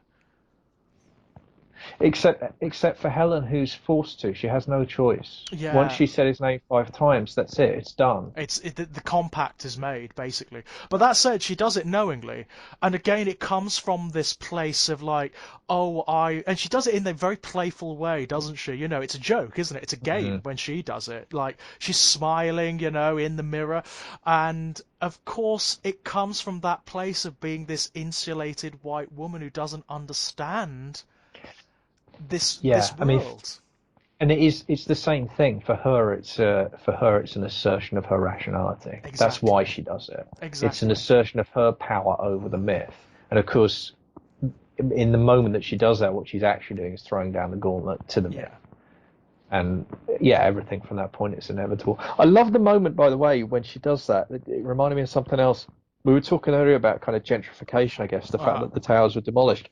But there's a wonderful moment in the film where she discovers, having looked at the plans, that her own incredibly expensive apartment with the Hmm. windows was originally built as a project housing Uh-huh, and just got right. reskinned because the property prices went up in the neighborhood before it was finished. And how So often it's does that happen? You know, so there is so like so the layout is identical to right, Cabrini Green. It's there's so almost great. like an occult resonance going on there, isn't there? Oh, There's an totally. occult poetry. It's almost like, you know, if you go back to Hellraiser, it's almost like these buildings are the puzzle box in a way. Yeah, there's that absolutely, but there's also, I think, what we were talking about before about like that's where the arbitrariness of capitalism Yeah, becomes so apparent because actually structurally the building is the same. it's the The same, yeah. rich middle class white woman is living in the same physical dimensions Hmm. as the impoverished black neighbors across the river. Yeah, it's a You know, commentary on like how abstract class actually is, isn't it? yeah, yeah, absolutely. I love it. And again, it also just how cynical Yeah. capital is, just how blinded we are by our own sort of perceptions of class. Hmm. Like because they look, she's walking around her apartment thinking, "Look, I've made it. I'm in so, I'm Hmm. hot shit. Look at this place. Look at this view. Look at this." And then it's like, okay, the physical dimensions of my flat are identical Yeah. to And Cabrini Green. They were and there built by the was same architect to the same specs. This is right. It's fucking mental. amazing, isn't it? And then And you take into consideration the fact that Cabrini Green has become that now. yeah, And it's yeah, like, yeah, oh yeah, my yeah. God, it's just this constant rotation, isn't it? The commentary keeps coming back up. But it's also the specific nature of the way she discovers it, which is the fucking bathrooms are linked by a Yeah. crawl space.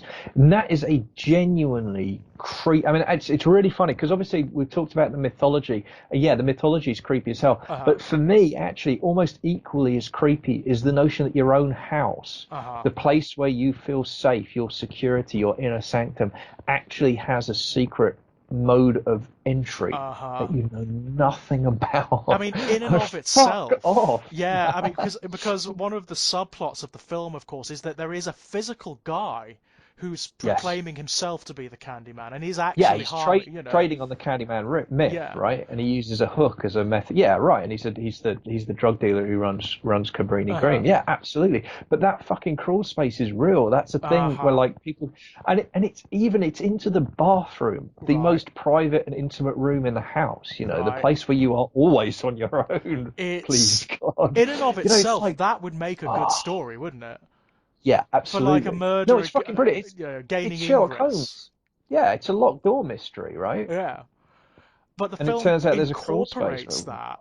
And then Yeah, again, it's like another kind of urban myth trope, isn't it? And they're all thrown in here. You've yeah, got the Bloody Mary thing with like the saying the name yeah, 5 times in the mirror. You've got the hook hand. Well, the hook hand derives from the hitchhiker myth, which is a big one in the yeah, US, obviously. That crawl space notion, I'm sure that must come up a couple of times in some urban myth somewhere, you know? yeah, Because it is such a suburban concept, isn't it? yeah, absolutely. But what the film does that's so clever is it's a direct inversion. Instead of the game being is this real or is this not, the Uh-huh. game the whole movie is playing and is inviting you in to play with them is how do the people surrounded by this supernatural force convince themselves that they're not surrounded Yeah. by this supernatural force? The whole game is a game of rationality. Yeah. And we're in on the joke because we know Candyman's real because he's Uh-huh. told us. He told us at the start. We Yep. know he's real, and therefore we've got a fairly good idea how this whole thing's going to play out, at least in Hmm. the broad strokes, or we think we do. But the film then gets to play for, I think, for like almost the first 45 minutes, an hour with a cozy murder mystery, right? Yeah. Oh, how did Candyman get in a house? Oh, look, they've got a crawl space just like my flat. So that's how he gained entry. We've cracked the crime with Nancy Drew, blah, blah, Yeah. blah. Yeah. And we're sitting there watching it as the audience going like, dude, It's just stop while you still Yeah, can. it's a Hitchcockian thing, isn't it? So you Absolutely, know yeah. what's going on. You as the audience, you're privy to the joke, basically. You're privy Yeah, to the punchline, and you're just waiting.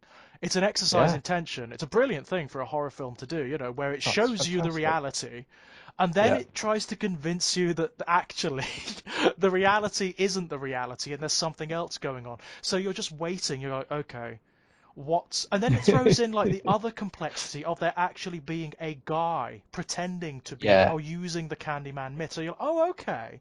So is that who the Candyman is in this film? Is he just a guy who is yeah. pretending, using the myth basically to inspire fear and to bolster his own authority?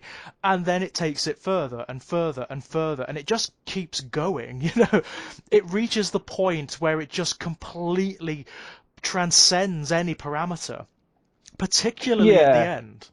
Particularly at yes. the end when Yeah. you get Helen coming back, or Mm. or rather, it may not. I mean, in the same way that the Candyman isn't necessarily Nathaniel Robitaille, this figure, this spectre, isn't necessarily Helen. It's like the abstraction of Helen. Yeah.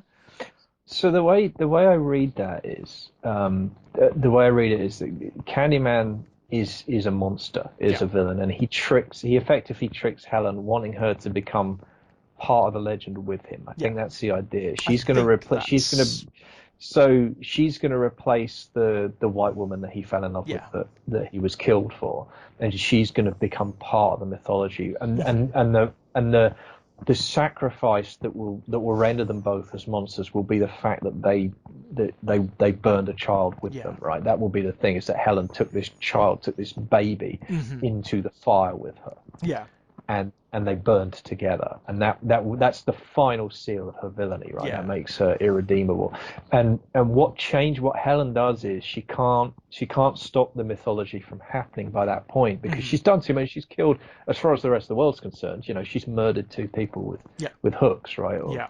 So there's no coming back from that. No. But what she does is, because she intervenes and fights Candyman and saves the child, Candyman is defeated, so his myth does die Hmm. in that fire, because he's destroyed, and she becomes the center of mythology, because she becomes the woman who killed those two people, but then saved the child. Yeah. So she becomes this complex creature. She becomes this, and it's interesting because it's more in line with Candyman's origin story, where there is this complex thing of like, well, he was just a victim. Hmm. Effectively, he was victimized horribly for the crime of falling in love, and Helen then becomes this figure of both fear and awe, Yeah. because she committed these horrendous murders, but she saved the child. Yeah. And so all of the focal energy of the urban myth just switches, I think, from It Candyman to becomes like her. metaphysically quite complex, doesn't it? At Oh that yeah, point, it really really, really does. involved. You can And the thing, extrapolate way so much from it, so much. yeah, no, you really. I mean, I mean, on all of everything I've just said, there is supposition. I'm Yeah. still picking at it. I'm Oh still yeah, the trying to kind of. film makes nothing explicit. In fact, it hardly No, goes into the metaphysics at all. It just you get these wonderfully poetic, vague allusions from the Candyman himself when he speaks. Talking about being a myth, being rumor, being whispered about, and so on and so forth. And that's about it. yeah. And I mean, most of what I've said there comes from the line that he says, "It was always you." Yeah. That's his I think his final line in the movie is, "It was always you, Hmm. Helen." And I love that idea, that it's just that what happens is the urban myth becomes the urban myth of Helen. That we thought there was this guy called the Candyman, but it turns out it was this woman. Yeah. It was this Yeah. white woman, It's oh and I love God, I that. mean, and if you go further and start to extrapolate on like the political resonance of that, it just it's way too complex, isn't it? It's you could write It, theses on it. you really could, yeah. And I mean, I mean that sequence is a little difficult for me. The bonfire sequence. I think Mm. that the kid is the figure I really struggle with. It's a wonderful performance. Yeah. I really like that kid, but I find I find his story a little confused because he seems to simultaneously believe in the Candyman, the mythological Candyman, and Hmm. yet he also seems to know the Candyman is the drug dealer. Yeah. And when he gets arrested, and then she says, "No, he wasn't. It wasn't real. It was just this guy." Hmm. The kid's like, "Oh, really? Oh man, I thought it was real," kind of thing, or Yeah. whatever. But then at the end of the movie, he clearly believes again because he's there leading the bonfire, Uh-huh. and that whole bonfire sequence is just fucking weird. It's odd, I mean, isn't it? that's just That is from the short story, but I think the reason it occurs in the short story and the reason it makes sense in the short story is that it's on bonfire night. okay. Yeah, that So helps because it. obviously in the UK that makes sense. Yeah, But because in the movie it does feel a bit like, what is this tradition? What yeah, is this? What are we saying here? What is this? And it's also like, this is not. I mean, Cabrini Green. The impression you get for is that it's not a community. It's a no, it just isn't. it just It's isn't. I just mean, a it's self-consuming, isn't it? I mean, it's predatory and yeah, scavenging, and it's you get the yeah, impression that everyone is afraid of everyone else. Basically, right, they've been put into a position of such privation that often the yeah. only way to survive is by preying on one another, you know? And I want to be clear about this. That's as far as I mean. I know that you're not saying this, but I just to be explicit about it. That's a function of class, Yeah, 100%, absolutely. God, because you get the yeah. same thing in white underclass Of estates or course you working class do. estates in this Oh, country. You get that's exactly oh the my same God, yeah. behaviour and It's not a commentary on race, it's a commentary on no, class. It's a commentary. it's a yeah, If you it's go a to commentary on any sink deprivation and estate, poverty. Yeah, go to any sink yeah, estate in the UK, go yeah. to some That's of right. the most deprived areas, and what do you find? You find that the crime of the poor on the poor is Yeah, higher. Of course you do. yeah, Of course yeah. you do. It's just the way Well, it is, you know? because poor people can't afford decent locks and they Eh, can't afford alarm systems, and exactly right. I mean it's yeah, it's horrific. But then there's this totally bizarre scene where suddenly there is a Yeah. community and they all coming together for this bonfire, and then it's repeated at the funeral as well, where they all turn up Yeah. and drop the I hook in there, and it's just I don't. that is I mean, it's an odd moment. I think the it is odd. problem is, of course, the fact that it derives from the short story.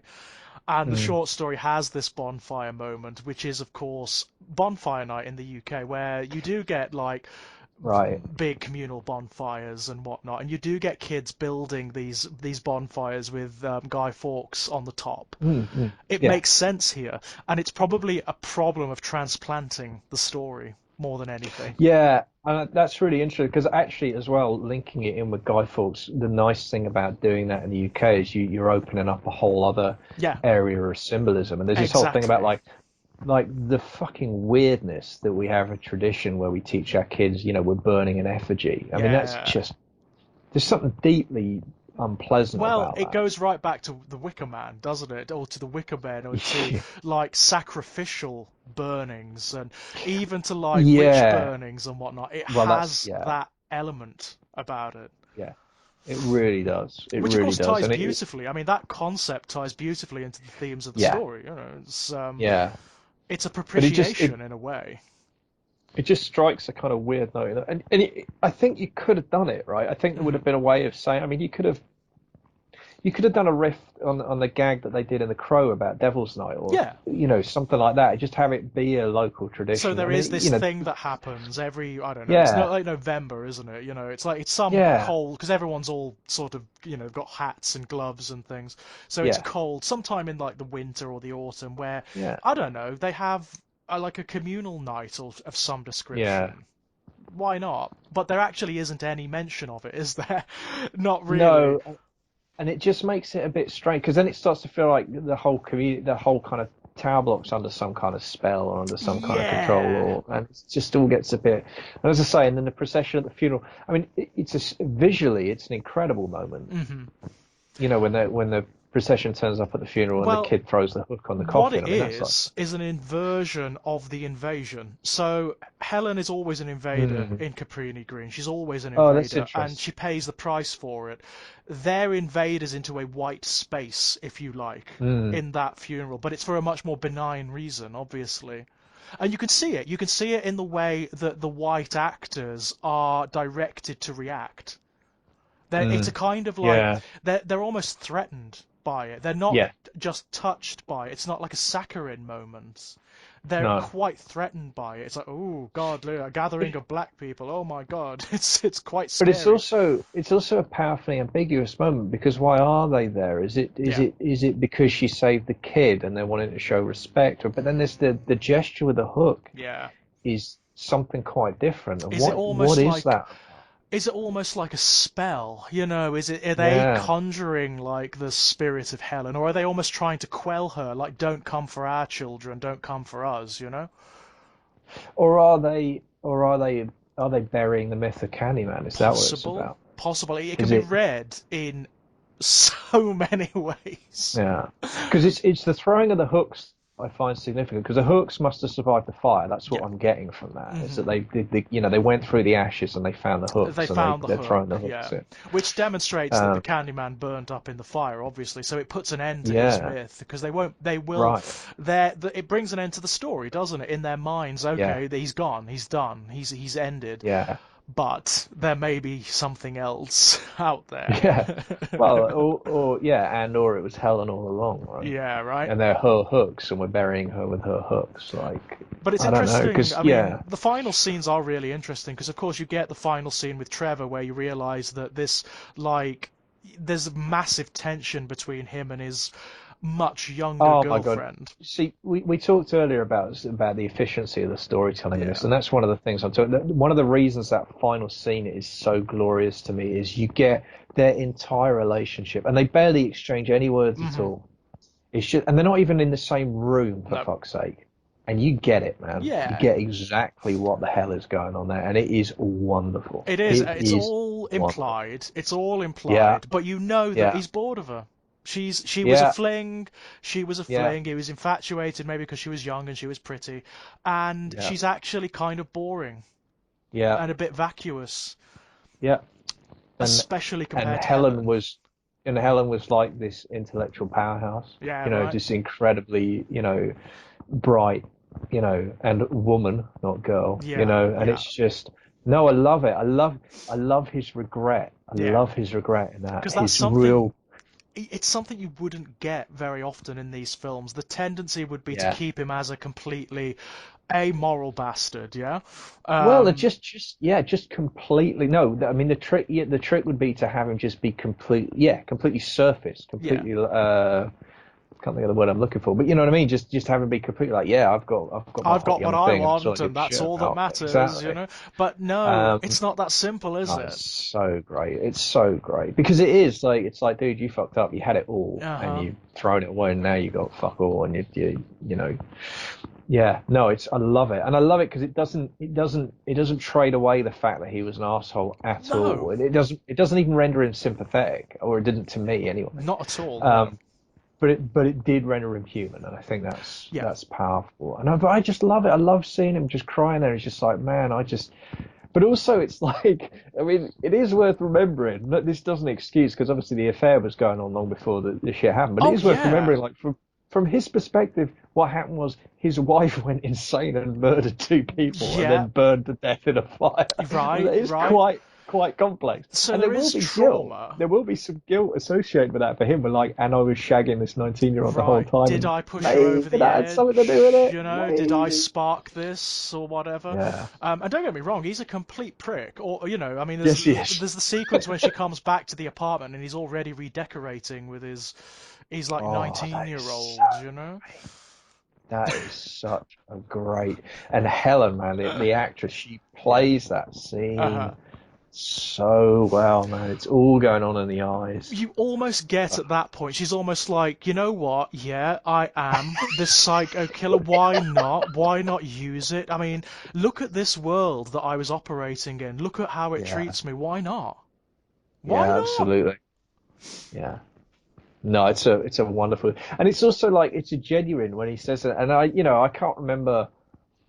I can't remember if I twigged it the first time, Uh-huh. but there's an incredible joy watching it. It's one of those. It's interesting, isn't it? I mean, I'm a big fan of the first viewing. I always Yeah. treasure those first viewings of anything because I think Hmm. this. I try and go in spoiler free as much as I possibly can, and I do think the joy of discovering a story is is a Yeah. specific experience, and by definition you only get it once. But there are films, there are texts that reward repeat viewings, and Yeah. where the experience is tangibly different, but I think equally as powerful.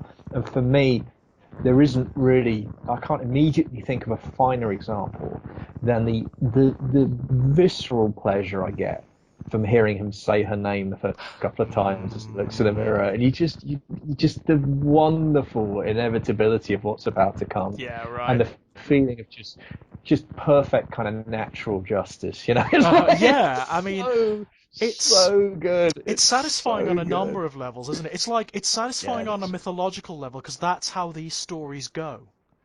Yep. That's how they work. They are cyclical by their very natures. But it's also how And horror films go yeah, too. that's right. Yeah, And you've with the got to have the final twist. sting, the final Yeah, twist, yeah. that's right. It That's right. works. It works on multiple Yeah. different levels. I mean, in any other film, it would just be the end jump scare, it would be tacked on, it wouldn't work. Here it does work. Yep. Here it does. And No, it's also, it's not, I mean, I don't get the sense from it that it's franchise baiting either. It's not like setting up, okay, so no. here's the next hook-handed killer. It's going to be Helen next time. I don't think it's doing that. I really don't. It's actually commenting upon itself. It's showing you how the metaphysics of this universe works, basically. Yeah. But it's also and it's also a glorious payoff Yeah. because it's like, yeah, fuck you, Trevor. Fuck you Absolutely, very yeah. much. And what a And nice you just difference, feel, eh? What a nice yeah, difference that instead of like this hook-handed myth preying upon the poor black community, yeah, oh, exactly. suddenly they've invited her in. Suddenly Yeah, they're prey to it, yeah? I like yeah. that. No, that's right. I No, I like that love a it. I lot. love it. But yeah, I And of mean, course, by committing that murder, I mean that encapsulates that. Then the myth is alive and well forever, right? Because then it's absolutely. like she was dead, Hmm. and then he was killed. Right, And so that's it. So the myth's back, baby. yeah. It's back, and the girlfriend will be, in all She'll likelihood, she'll spend a certain amount of quality time in an institution for a Absolutely. while. She's going to be forced through the same stuff that Helen went through, obviously. It's the Potentially, cyclical yeah. nature of the myth, isn't it? It's really clever. It is really, Oh, really clever. I mean, I absolutely. remember my first experience of this film, and I think, yeah, I must have watched this film before I'd read the books, before I'd come across, Right. before I even knew it was a short story. I didn't know for the longest time that this had anything to do with Clive Barker. I didn't know. Oh, interesting. I had not Interesting. the first clue for the longest time. Right. And it was like my mum went to see it, right? And I was well into horror films at the time anyway, so I was waiting for her to come back so she could tell me what it was like, basically. And I Right. remember her telling me, "Oh God, you have to look in the mirror and say his name 5 times, and then he appears." I was like, "Oh my God, that's brilliant!" It was that kind of thing. And then seeing Yeah. it for the first time was so visceral. It was so because it does that wonderful thing that really good horror does, where it takes something banal, something that's in your own life, and makes it dangerous. Yeah. You know, Absolutely. Yeah. Absolutely. it's what good Yeah. It's urban back to myths what we were really talking do. about. It's the attraction of the death drive and the fear of it Yeah, at the same time. it's the Yeah. fact we And want it's a it. fucking mirror. There's a mirror in in A most rooms of most houses. Using a mirror is very clever as well because they already have patinas of superstition surrounding them, from way Yeah. back Yeah. when. Absolutely. So it's very Well, and clever. also I have to say, the mirror also it plays into what in any other movie would be the ambiguity of it. Because Hmm. if Helen is just a crazy person, then the Hmm. mirror is a reflection of her. Then what she's really doing is summoning herself, right? Exactly, yeah. She's And and it's really really clever it's stuff. very clever. It is. It's very clever. Very simple, but works. It works really, really well. I mean, the sequels do try to like they do that awful thing of extrapolating on the mirror. So it's like Mm, just don't bother. It's because the woman that Nathaniel Robitaille originally fell in love with, there's something to do with her hand mirror and blah blah blah blah. Don't ugh, just don't bother. Don't it nah, dilutes the metaphor. It dilutes the yeah, significance of it massively. So just by making it too literal, making it sure. way too literal, it's something I don't like in storytelling a lot. I mean, I got to be honest. I really would. If you had to make a sequel, I'd rather see the story of Helen. Me I'd too. rather see Helen going around hook-handedly murdering Hmm. middle-class academics. I think that would be I think that'd be wonderful. great myself. Yeah, I'd Crashing love to off the see guy with that. the mutton chops But next. it's always what Fucking. happens though, isn't it? Oh, Purcell. Oh, yeah. But it's always what happens, isn't it? Because of audience reaction, the audience reacted to Tony Todd as the Candyman in the Well, same I way. mean, let's be fair. That is an iconic performance. Oh, it's You know great. that Todd's Candyman is up there with Kruger. It's up there with Voorhees. It's up Hmm. there with any of those 80s/90s horror icons. The Scream Mask. Yeah. You can put Todd. I'll put that performance up against any of them, Oh, and it absolutely. But it's also it removed from stands for. them because it's statuesque and it's like Yeah. sepulchral and it's really refined and beautiful. He's not wisecracking. Oh Or, God, no. not even threatening. He doesn't even threaten Helen except physically, like, and even when he does, when he's sort of running the hook along a collarbone or whatever, it's like Mm. there's a slight erotic, like seductive tension here. It's I mean that very that yeah. different. It's very different from That's Kruger, like running his fingers along like a metal wall and striking yeah. sparks from it. Well, even when Freddy does get sexual in some of the later movies, it's totally crude, Oh, and it's it really lecherous, is isn't just it? It's like, yeah, and it's pure shock value. yeah. There's nothing else to it. I mean, the darkness of the Candyman thing, what makes it so viscerally creepy, and again, I don't know if dangerous is the right word. Put it this way, I think I can understand why people got angry about it. Is that Mm. there is exactly that hint or suggestion of seduction Hmm. which coupled with coercion Yeah. is I mean that is squick factor central, right? That is Oh, like yeah. the squickiest thing you can get to. And it's Totally. we're fans of horror. Horror Hmm. should go there if it means anything at all. But Hmm. but it does mean, I mean, that is absolute dynamite. And when it's Yeah. also a black man and a white woman, I mean, fucking Yeah. hell. Hmm. Like, because having so carefully kind of unpacked that throughout the movie, you then end up with this scene where the two Hmm. of them are in the room. He's fucking the hook's going up her skirt, and Right. it's so, oh my And you have to wonder, god. is that a commentary on this notion, or is Oh. it? It's hard to say, isn't it? It's hard to say. See, for me, what it is that at its core, Candyman is a monster Yeah. and a villain, and Hmm. that's it. And that's it, and that's the nature of Candyman. And the fact that he's black, there's no bearing on the fact that No, he's a monster absolutely. and a villain. It's just what He's he is. he's created But to be a monster, isn't he? He's very yeah, much like exactly. Frankenstein's monster. He's imagined to be Well, a monster. exactly. I mean, that's one of the interesting things about it, isn't it? Is to what degree Candyman actually has any agency at all. I Yeah, mean, right. what even is agency to a figure like that? Yeah, I mean, exactly. I mean, he talks about it himself, doesn't he? He says that he is yeah, rumor, and he is tied. He's bound to what people believe of him, what stories they tell. So if people tell stories where he's a butcher and a monster, and that's what he yeah, is. yeah, yeah, and there's an interesting kind of question there, isn't there, about given he's a product of his own victimization, Mhm. effectively. Yeah. You know, There's almost like a double victimhood there, where he has that. He was victimized, and that created the myth. And then in the myth, he's also victimized by being forced into this role of monster. Yeah, Like, that's what he has to be. there are layers here. There are many varied and subtle layers, and I do think the film is conscious of them. I really do. I mean, having listened to the Yeah. commentary on the DVD, and Barker's on it, by the way. Barker does Oh, actually interesting. do a commentary on this with his slightly gravelly voice. It's really good. I mean, everyone Yeah. involved was very conscious of what they were doing, basically. And of course, Yeah. I mean, one of the things that fascinated me, it's filmed on site. It's actually filmed in Right. Cabrini Green. It's not a set, Yeah. right? And because it was so dangerous, they had to pay the local gangs to protect them. Sure. It was Yeah. so Yeah. dangerous. The film crew was shot at any number of times. Jeez. It was really bloody dangerous. Um, Yeah.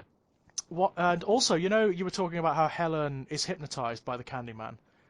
Yeah. She was genuinely hypnotized on the set. The actress was genuinely hypnotized on the set Wow. to get that slightly like, when it's got that close focus and she's sort of like Yeah. fluttering No. eyed and Yeah. swaying and the bees are sort of crawling over her. Yeah, they had to actually hypnotize her.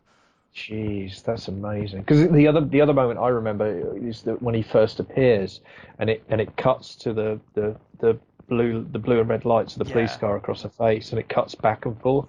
yeah. I mean, oh, absolutely, It's got it's just some weird, like, Lynchian elements to it, doesn't it? yeah, Where it cuts very quickly from symbolism to actual reality and then back again, and very, without much in the way of transition.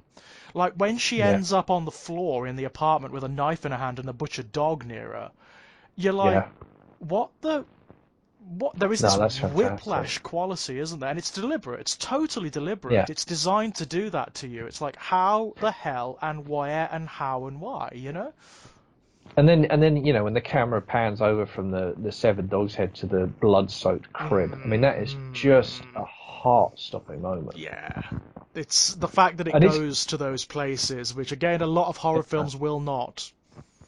No, that's right. And I think that it's one of the things that's interesting about the film because we've talked a lot about the mythology and about the storytelling and all of those elements which are incredibly strong. Hmm. I think as well though what's fascinating to me is that it's also, and this is Barker I guess, Yeah. there are moments of visceral Oh, horror that are as strong as you'd like to see in any horror movie as far as I'm oh, concerned. I mean it's. there Ooh. there's just a couple of sequences, but the ones they are just. I mean, for me, the other one is that we haven't talked about yet is the psychiatrist in the office, which Yeah. is just absolutely fantastic moment Yeah. Oh my because God. Oh. it lets it hang just long enough Yeah. for you to think, oh man, she really is crazy Yeah. after all, And and then he then, just oh, lurches forward. and the Oh, noise, like the sound of yes, that, the yeah, look of the hook for one thing. It's this horrible, like, it's not even like just a meat hook, which would be bad enough. It's yeah, serrated and it's yeah. dirty and it's corrugated and it looks like it would hurt. I mean, I realised actually that I kind of ripped it off for a short story. Yeah. I had the hook. I've got a guy with hooks in one of my. I don't want to say who he is because it's the punchline is he's a different mythological figure actually, which is Yeah. quite fun. But it's a short story called Claws, which is in Mm. Versus Extreme, and I Hmm. released it for my Patreon backers over Christmas, and Yeah. it's yeah, it and it was really funny watching the film, being like, oh shit, Ah, that's where it that's comes where they from. came from. That's where the hooks. Right. So clearly the hooks, did a number on me. But it's Barker as well. The hooks and Yeah. Barker is a thing, right? Because you got Hooks and Hellraiser. Barker. Obviously, Yeah. they're you know He's got a very thing about powerful. like piercing flesh and Yeah, testing the elasticity of flesh. He's got a real yeah. thing about that. He really does. But it's what made me think of that specifically was you talking about the sound because that is something that I remember writing about. I remember taking that. And it must have been that scene. It must have been that moment Well, the when the soundtrack to hook this comes in from film behind. is really Yeah. interesting. Not only do you have like the really visceral sounds of like butchery, which by the way are vile. I mean, Yes. really, you can hear bone, you can hear like organs squelching, you That's can grim. it's grim as hell, isn't it? Especially Mm. that scene with the psychiatrist, because the way the cat, and also, there's a shot on Tony Todd where it looks like it's hard. What he's doing is difficult, yeah, Oh and he's yeah, like no, he going, points "Urgh," with effort. he's Yeah, making nice. an effort. It's not like Jason Voorhees where he just like very lazily swings his machete and heads fly off or whatever. This is Right. like actual human butchery. Yeah. And butchering a human being is actually really, not that I know, but I'd assume it's really hard? It's a job of work. It's Yeah. a job of work. Yeah. And I No, love the it's fact that super. even for this supernatural entity, you get the close focus and there's blood flying all over his face and he's sort of like Yes. grunting and twisting that bloody hook. It's, Yeah. oh, oh. It And then the way he enhances the smashes moment. out the window as well, that Yeah. reverse flying out the window He's is sort of just like dragged out of the window. yeah. Yeah. Brilliant effect. Brilliant It's a effect. wonderful moment, and of course that gives her her way of escaping the Of room as well. I course. mean, Yeah. it's all Of it's course. really nice. I I love mean, that moment. I will say this about the Candyman: the first sequel, which is Farewell to the Flesh, Mhm. it's not brilliant by any stretch, but as sequels to a popular franchise goes, it does some interesting things. It does some interesting things. It's like a diverting watch if you've got nothing else to watch, you know? Sure. But it's Yeah. not. I wouldn't recommend it. Like, I'd advise watching it as a standalone film, not Right. as part of this mythology. Just watch it in and of itself. It's not awful. Right. It's not execrable, which a lot of like sequels to horror franchises from this era are. Yeah. You know, it's not execrable. Right. Well, that's a rave review. It is, isn't it? I They mean, should. I don't know. I have these. There are films, there are stories where I don't. Yeah. I've just decided not to engage with the sequels. I mean, I think this is so. I mean, it was nice to revisit it and find Mhm. it just held up pretty much completely. It's a very There good wasn't. film, isn't it? It's a Yeah, very it well really put is. together film. It really is. Like just on I a mean, purely technical level, it's phenomenally competent. Phenomenally yeah, competent. yeah. I mean, the other thing that we kind of haven't talked about is the bees themselves and the Oh symbology of yeah, bees, which I just find fascinating because they are a motif for the film. Again, of course. the film opens with this incredible helicopter shot of the freeway Hmm. in Chicago. It's a long panning shot over the freeway and the Yeah. surrounding kind of buildings. But then it crossfades to just a swarm of A bees, and s- it's a push zoom into the bees as Yeah. Todd does voiceover and essentially lays out the entire premise of the film and the entire MO of his character. Yeah. Um, It's an odd thing, isn't it, to have that kind of exposition in a horror film. You get them in it's fantasy films really a lot, strange. where they set Yeah, out the mythology. You don't often but get it in horror films. no, and what triggered me thinking of that was you talking about the sound design because the drone of the bees Mm. is a massive part of that with the sound design, and it comes back again and again in the film, and it Hmm. becomes this really threatening, ominous. Oh yeah. It's this oh, it's a sound that's an omen. The Yeah. sound itself becomes this totemic thing. It's very clever Really because, of course, I interesting. mean, we're hardwired to find it threatening. Yeah, absolutely. But it's also interesting to me, and I was thinking about this. I don't know the fact that it's bees rather than wasps, because Yeah. I mean, wasps are creatures that can sting again and again and again Hmm. without consequence. But the interesting with bees is that their stingers are hooks. Yeah. Right. You Right. know? And the whole notion of the Candyman, obviously sweets to the sweet, the honey that they Yeah, produce, right. it's a strange bit of symbolism, but works somehow. But also digging a little deeper into that, bees are absolutely essential part of our ecosystem. Like Hmm. pollination doesn't happen without bees, and if Yeah. pollination doesn't happen, we all die. I mean, Yeah. that's not an exaggeration. We all No, starve to it's death yeah. in a very short number of months. And like the Um, entire ecosystem of Earth fails, yeah, collapses basically. completely. Bees are an essential link in that chain. Hmm. And again, that is really powerfully suggestive if we're talking about Barker and where we started, where you were Hmm. saying that, especially with the original setting in the UK, so stripping out the kind of racial dimension, this is about the necessity of Yeah. legend, the Right. necessity of storytelling. This is Right. not a nice to have. This is something that is not just innate to the human condition, but necessary for its survival. Yeah. Now that's really interesting. That's a really fascinating symbolic link to make, especially to a monster, To a right? creature, yeah. I mean, and it does tie in though, because the whole point of the original short story is, yeah, the Candyman is essential.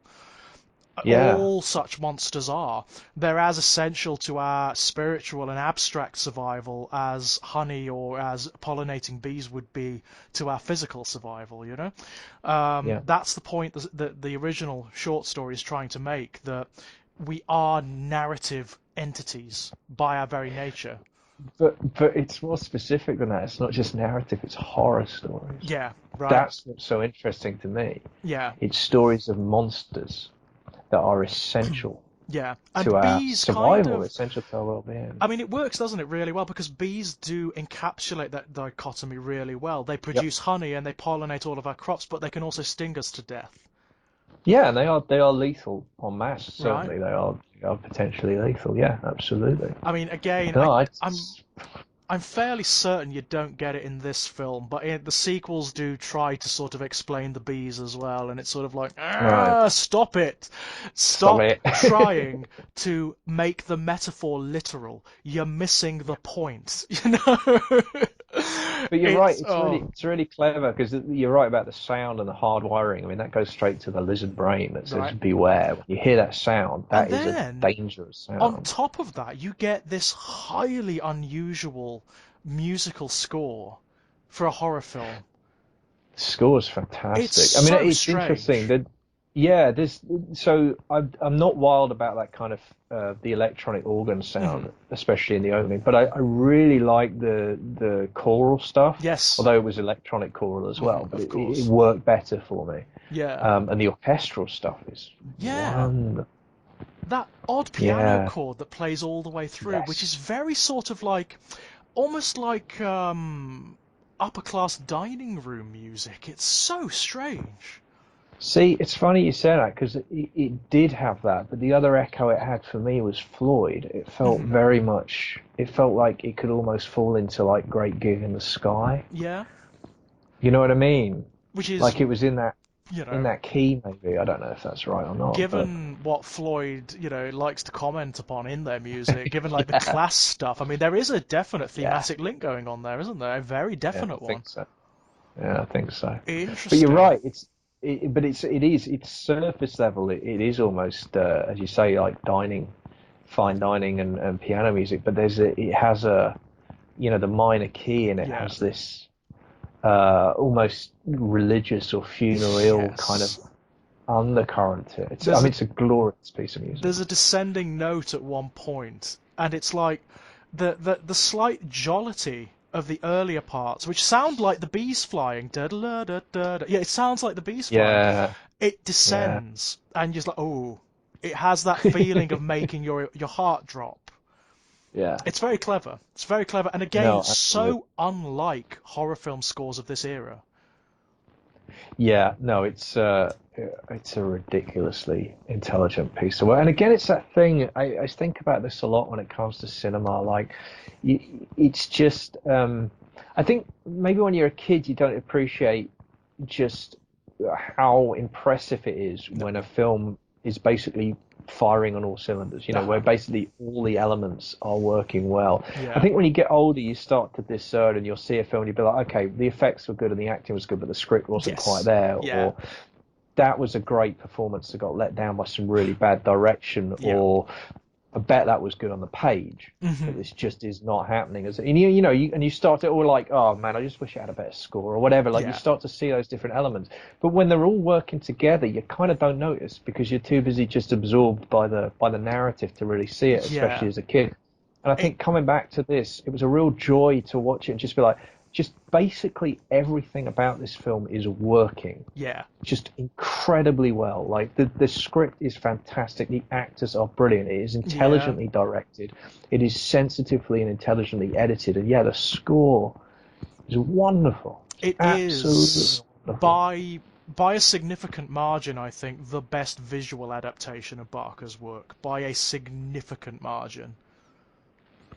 Mm. And it's interesting because it's Yeah, also the one that is arguably the most removed from the source material in terms of detail, but sure. cleaves very closely to it in terms of soul, in terms of spirit. Yeah. Oh well, that's the thing, isn't it? I mean, that's the core of it is a quintessential Barker Yeah. concern. It's absolutely like elementally Barker, and Oh I yeah. love that about it. I Yeah, love and that. I always know when I've reacted well to one of these kinds of films because I want to know more about how it was made. I want to know like what was Right. going on around it, and the DVD actually provides a lot of that stuff. There's loads of stuff on what they did and how they did certain things. Um, Mm. and the commentaries are fascinating. Mm. All of these really unusual forms of direction for the actors, like placing them in strange states of mind to Oh, give their performances. Very sort of Lynchian experimental stuff that they were using, like hypnotism and bizarre yeah. lighting and stuff like that, you know? Very interesting. Yeah, that is interesting because I mean the performances are great. They're all. Oh I mean the yeah. lead is she just knocks it out of the park, man. Oh, It's she is fantastic. And it, absolutely wonderful. I mean, she's cast. She yeah, looks great for a start. She yeah, is just the perfect counterpoint to the Candyman himself. She is the perfect counterpoint. But she also delivers this very sort of dreamy, not quite there performance, which I love. yeah. Well, especially because it's counterpointed by the rest of the time where she is completely in control Yeah. and fiercely intelligent and Hmm. totally engaged in her surroundings, and that's why it works so well. Because Yeah. then when that happens, it really is, it's a disempowering, that is profound It's because disempowering we've for the audience as well, isn't it? It like rips the Yeah, rug yeah, from yeah. under Because you, she's you know? our, I mean, she is our identification figure. She's the first Mm. person we see on camera. So she is our, we hear Candyman, but we see Mm. her. I mean, that's interesting given how the film ends, But where we see her and hear him. right. I mean, that's a nice counterpose there. But she is our, and that's duckling theory, right? Mm. We imprint upon whoever we see first in Yeah. the narrative. That becomes our person. That's Hmm. her. And it's really, I mean, one of the things, again, going back to the hysterical woman narrative, one of the Hmm. things I find so interesting is it's also, and this is a minor point in a way, but it's a brilliant portrayal of how, like, an incredibly intelligent, empowered, centered woman can still allow herself to be misled Yeah, by right. a fucking douchebag. Exactly, That's yeah. really, and Well, at no point do you look at it and think, Helen, you're a fucking idiot. Like, you no. don't. No, It's no, really no. impressive. It would that is a temptation, isn't it? There is a sort Yeah, of of like course it is. victim blaming consensus, an Look, unspoken it's consensus whereby, this is yeah. look, patriarchy fucks women up. Come in Mhm. and go in. They can't get anything right. No. It's not possible because the ideal because the standard shifts Yeah. constantly underfoot. That's the whole point. I mean, that's what Yeah. it's designed to do, right? But it's like, and that, like, the trap really that she falls into there is just that she trusts this guy. That's it. That's it. She trusts him. Probably is You probably in love know, with him, you know. Yeah, Um, right. And it's like, and she's secure in herself, and yeah. she's secure in that love that she has for him, and she That's right. assumes it's reciprocated, and because he's a fucking sociopath, Right, like right. he just like, because patriarchy's got him going like, yeah, I can do what I want, really, it's Exactly, fine. yeah. And you Yeah, see that all the way through, don't you? You see the notion that she yeah, isn't part of this world as much as she's trying to be, as much as she yeah, wants to be. It disregards her. I think that you see it spelled out most explicitly at the dinner scene when you get yes. the back mythology of the Candyman, because they don't regard her as on the same level. She may as well be in an infant chair.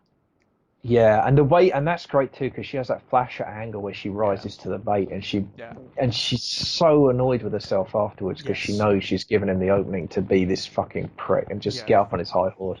And that's again that scene, so many layers. There is so Hmm. much storytelling happening in a. I mean, what is that, like 5, 6 minute Oh, yeah, sequence, maybe it's six? next to nothing, is it? You know, it's It's you get a wealth of material. And again, I'm talking about the pleasures of watching it the second time. Watching her and Trevor's relationship, knowing mhm. what you know at the end from the beginning, Yeah, all the clues are there, and also you see exactly why Helen doesn't see it yeah. because he plays her just perfect. I mean, the moment where she actually, because she does spot it, Hmm. she spots that she's this teenager's flirting with him, Yeah. and she kind of and he just said, "You don't seriously think that." Right. And she's like, "No, of course not." And it's all there, man. It's It's all brilliant. there. It gives it to you, doesn't it? It gives it to Yeah, you. And yeah, it's the Hitchcockian thing of the bomb under the table. You are waiting for it to go off. yeah. And then there's poor Bernadette, who like I Right. just feel terrible for Who because is like the most what innocent the fuck, character. what did she do She did exactly? nothing wrong, did she? She's Like, just like she is just a bit of grit in the machine, isn't she? She is nothing. yeah, and that And it's sucks too because that's the black woman. That's right. the one of the two major black women Hmm. characters, and again they're both fucking victims, Right. which is just sucks. It does. It It just does. does. And it's But awful like, how because are it you gonna? makes you watch it. It makes you Yeah, watch it through Helen's eyes, and you are helpless to do anything about it. You know. yeah. Oh, it's grim. Ugh. It's absolutely I think grim. for me that's the worst bit actually. That's the nastiest moment because The death of Bernadette. she's Yeah, a great character. You don't she see her is. that often. You don't even see her that often, but she's a great No. character. Um, and I'm sure doesn't the Candyman have some line for her like because she doubts him as well, doesn't she? She says that he's not real or something like that, and he appears behind her. Yeah. I'm sure he says But something to her. I mean, the other thing though is that Candyman's explicit about it. It is about the suffering of the innocent. Yeah. That's at the core of his monstrosity. It's about inflicting suffering on the innocent, and that's kind of as almost as near to a working definition of evil as you can come up with, right? I mean, Right.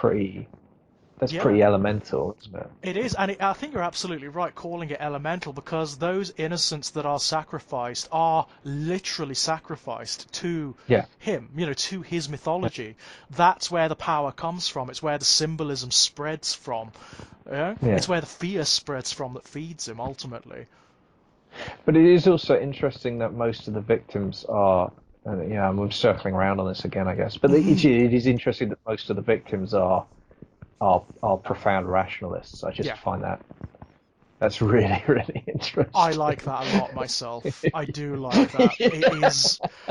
There's a lot to unpack here. There's a lot Yeah, to there is. unpack. As I say, I could very easily write quite a few articles about this. I could probably write a book, to I be think I think honest. I, I think there's a book in it. There are movies like that, and I think Yeah. Candyman is one of those. It would be possible to write a book length thesis about this, and you'd still probably end up with as many questions as you do answers Oh, I as think so. well. Yeah, I think it is deliberately ambiguous in a lot of ways, as a Yeah, lot of Barker's work is ultimately. yeah, That is probably a derivation of the source material.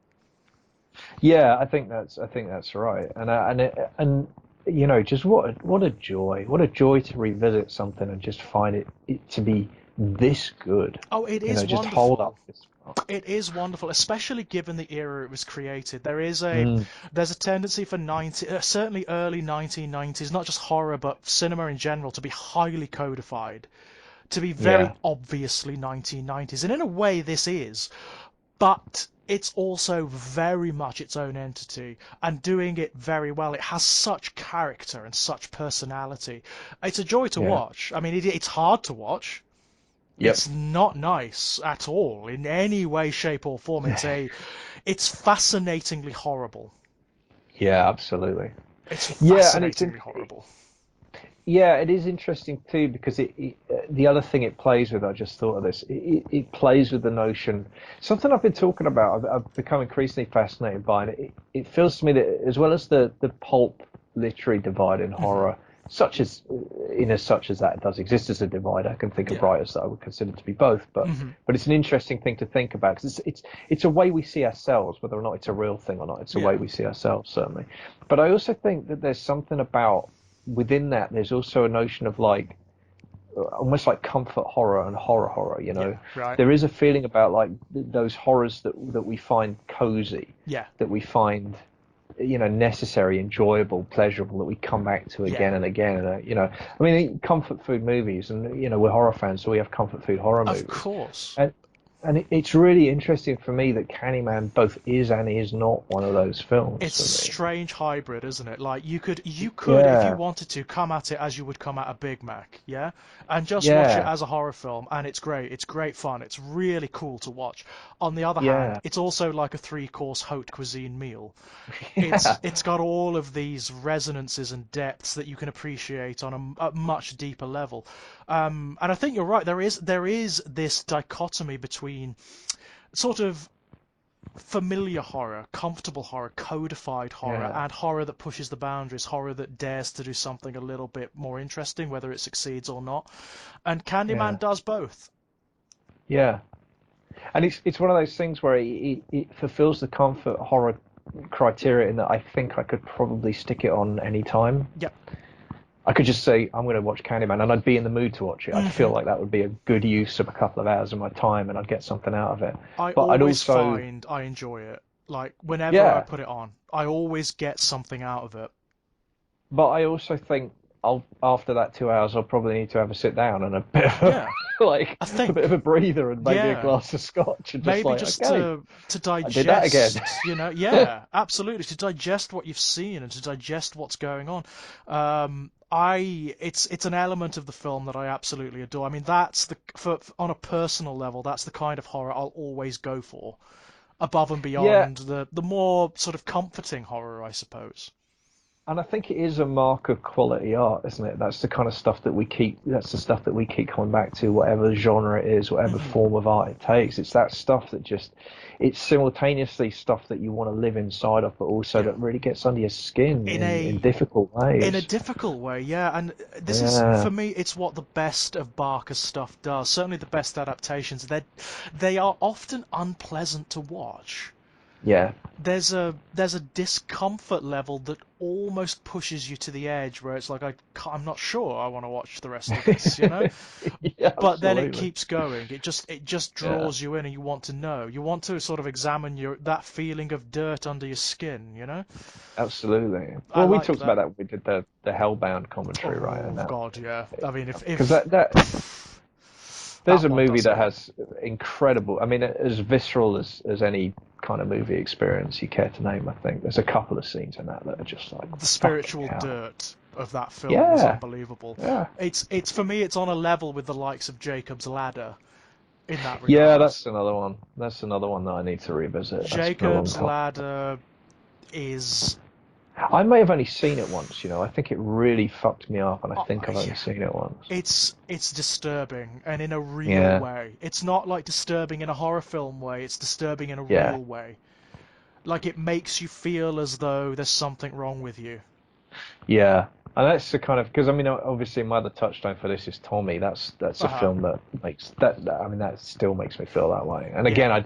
I could watch it any day of the week, but afterwards I'm going to need to lie down Yep. because Need time. I mean, it's because it does a fucking number on I me. love that though, don't you? I love that. I Yeah, mean, there is absolutely. um Yes. there is a remake of Candyman in production right now. I saw that because I was googling the film and Candyman 2020 came Hmm. up and I was like, wow, really? Okay. Um, Right. given like the way racial tensions have developed and the way that class tensions have developed over the last, say, 20 years, that could be really interesting. It could potentially be really interesting. Do I think it's gonna be? Probably not. Yeah. I mean, I think what I'd really like to see is I'd like to see Jordan Peele direct it. Jordan Peele is directing. Oh, well, there you go. Yeah, so I'm it could now be good. interested. It could be No, good. I mean, because I I've got to say, really, man, I've Get Out enjoyed was Jordan Peele's work. yeah, Get Out was fucking great. Yeah, I thought I I enjoyed it a lot. really, and actually, funny enough, what we were talking about earlier, the pulp literary divide. I think Get Out is a great example of a deeply literary horror movie that is Yeah, also unapologetic pulp. yeah, right. I, Because the final act is pure pulp, it's and I mean that how, as a high compliment, by the way. yeah, That's not an totally. insult. For me, it's the discomfort level.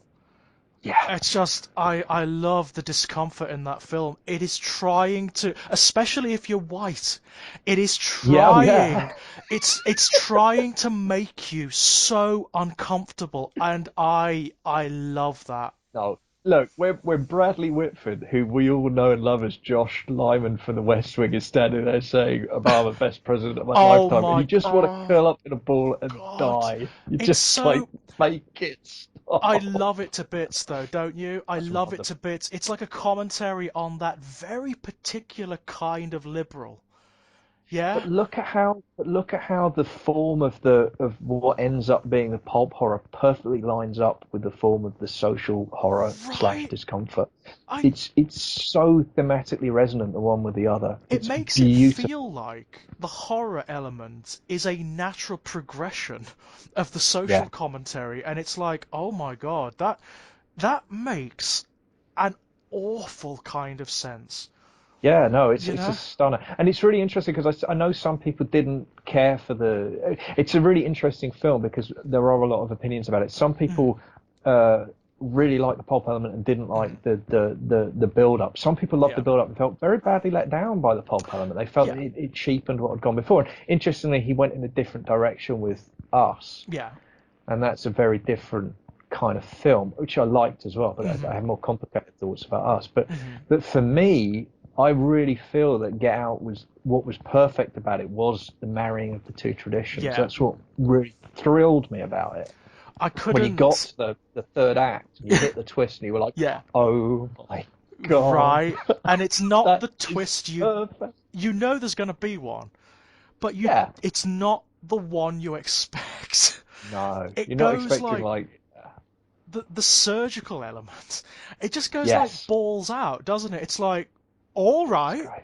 fine, Yeah, fine. yeah, For me, there comes a point where like it's not jumping the shark because it knows the shark is there. It's very yes, conscious, but it's like we're yeah, gonna do it anyway. We're gonna do it for the yeah. laugh, you know? No, it's absolutely. I mean, it's funny. It's an interesting thing because there was this massive controversy, wasn't there, where it got entered in some film award as a Hmm. comedy at one Yeah, point. which I can get. Uh, Yeah, it fell in the comedy category. But one of the things I love with it, I think it was Paula Ash, who a mutual friend of ours on Hmm. Facebook, who was commenting on it, and she said you're like get out. She said it's not a comedy. Start again. It's not a comedy. It's a Yeah. documentary, which I just Ooh. I was like, Oh. I can see that. yeah, I could definitely see absolutely, that. I mean, for my money, I do think like the first like two-thirds are the strongest bits of the film. I just because of my own proclivities, I love sure, the discomfort. I just love it to yeah, bits. The cringe factor. I yeah, can't get over it. The way the slightly too physical, the slightly too friendliness of it's yeah. slimy and weird and Oh, it's great. I loved it. I loved it to Yeah. bits.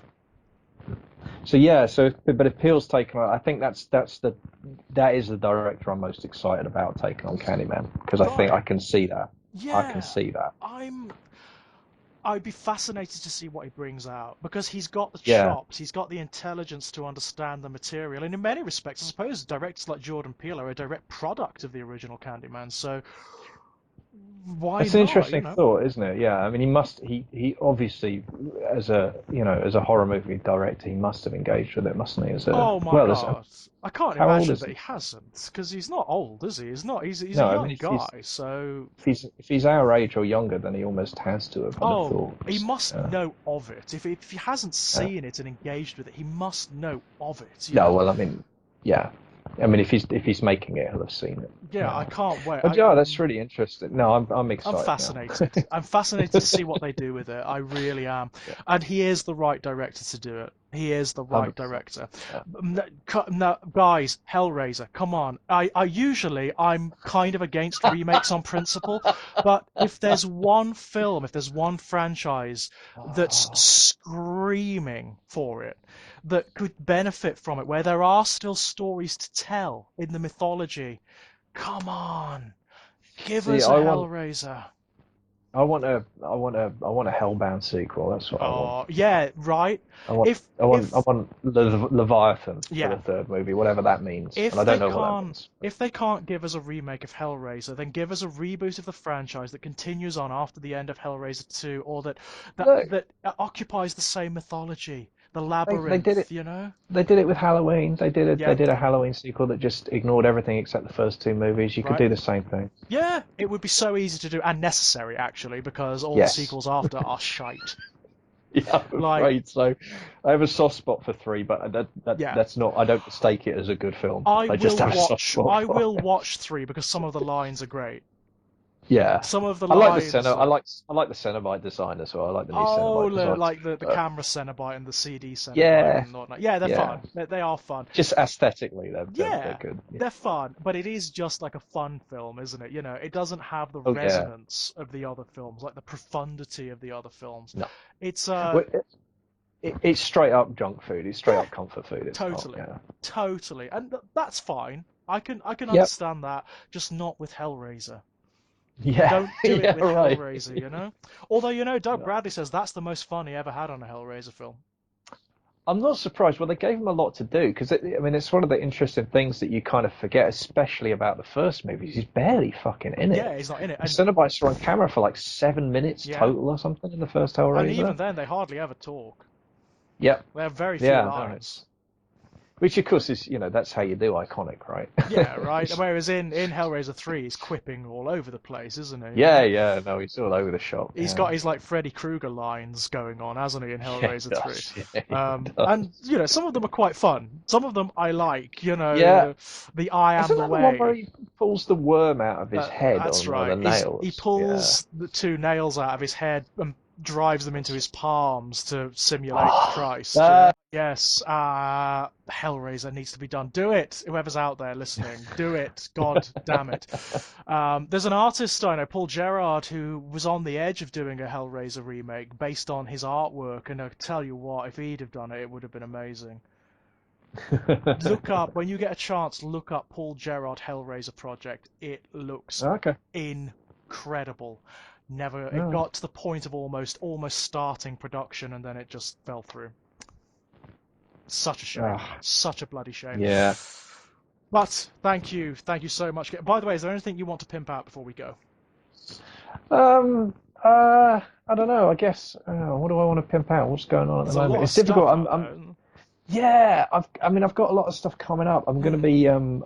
I think I'm going to be launching two titles at StokerCon by the looks of things. Right. But Excellent. I can't actually talk about either of them Right. yet because I've signed the contracts, but we haven't finished the editorial process. But I'm Right. hopeful there should be a novella, and a short story thing happening. Um, if the novella does happen, it's a sort of, but not really, sequel to the Finite, so that's interesting. Okay. Interesting. Yeah, which is intriguing. Yeah. And that's as much. I probably already said too much. Okay. Um, Right. Okay. but the Finite's still out there, Yep. and that's still finding an audience, which Hmm. is nice. So if you Links if you below. want to, yeah, if you want to have the emotional experience of having your heart ripped out and fed to you, I Yep. recommend that, especially if you happen to be a parent or have kids in your life, because it will Hmm. just flay your soul basically. Yeah. So that's fun. Think When the Um, Wind Blows, but like adult, yeah, but without nastier. without all the kind of uplifting, chipper kind of humor. Absolutely. Yeah. Yeah. Yeah, that's still out there doing rounds. My Life in Horror got Mhm. 8 essays to go before that wraps up. So Right. Okay. that's Ginger Nuts to Horror. Check that out. It looks like the next entry may and probably be about the board game Escape from Colditz. So Okay. look out for that in the new year. Interesting. Um, Yeah, my brain's just, I don't even know what's going on these All days. I over the just sit place. down at Yeah. the keyboard and Just shit type. happens. Yeah. And if you want to read that ahead of everybody else, patreon.com/Kit Power. $1 a month gets you new material every single week, whether it's a short story or an essay or a piece of audio. Most of the stuff that goes up there will be released eventually, but you get it, weeks or sometimes months ahead of Mhm. publication. And at high levels, you can do things like watch me write for a couple of hours every week, or free ebooks, all that kind of stuff. So yeah, if you want to help support my work, make this more financially viable, you'd be very welcome. And as I say, $1 a month gets you something new every single week. Mhm. So So once again, ladies and gents, links down below. Um, as for myself, well, you know where to find me, ladies and gents. You can find me around here in the Exaggerated Elegy channel, screaming at Outlast, which is what I'm doing at the moment. Yeah, there's lots of cursing going on around here at the moment, Kit. Lots of cursing, I can tell you, and shrieking at the screen. You can also find my current short story collection, Born in Blood Volume 1, at Amazon and StrangePlaygrounds.com. The Volume 2 will be out reasonably soon in the new year. And you can find lots of stuff over at StrangePlaygrounds.com. You can find articles, fiction, all sorts of stuff. And you can also have a chat or a natter with me over at Twitter with Enigmatic Elegy. So with that, Kit, I think we will skedaddle. Thank you once again. Absolute pleasure as no, always. thank you. It's a pleasure to be spoken about, and not to have to be. Absolutely. Until next time, my loves. Bye bye. Bye. Cool.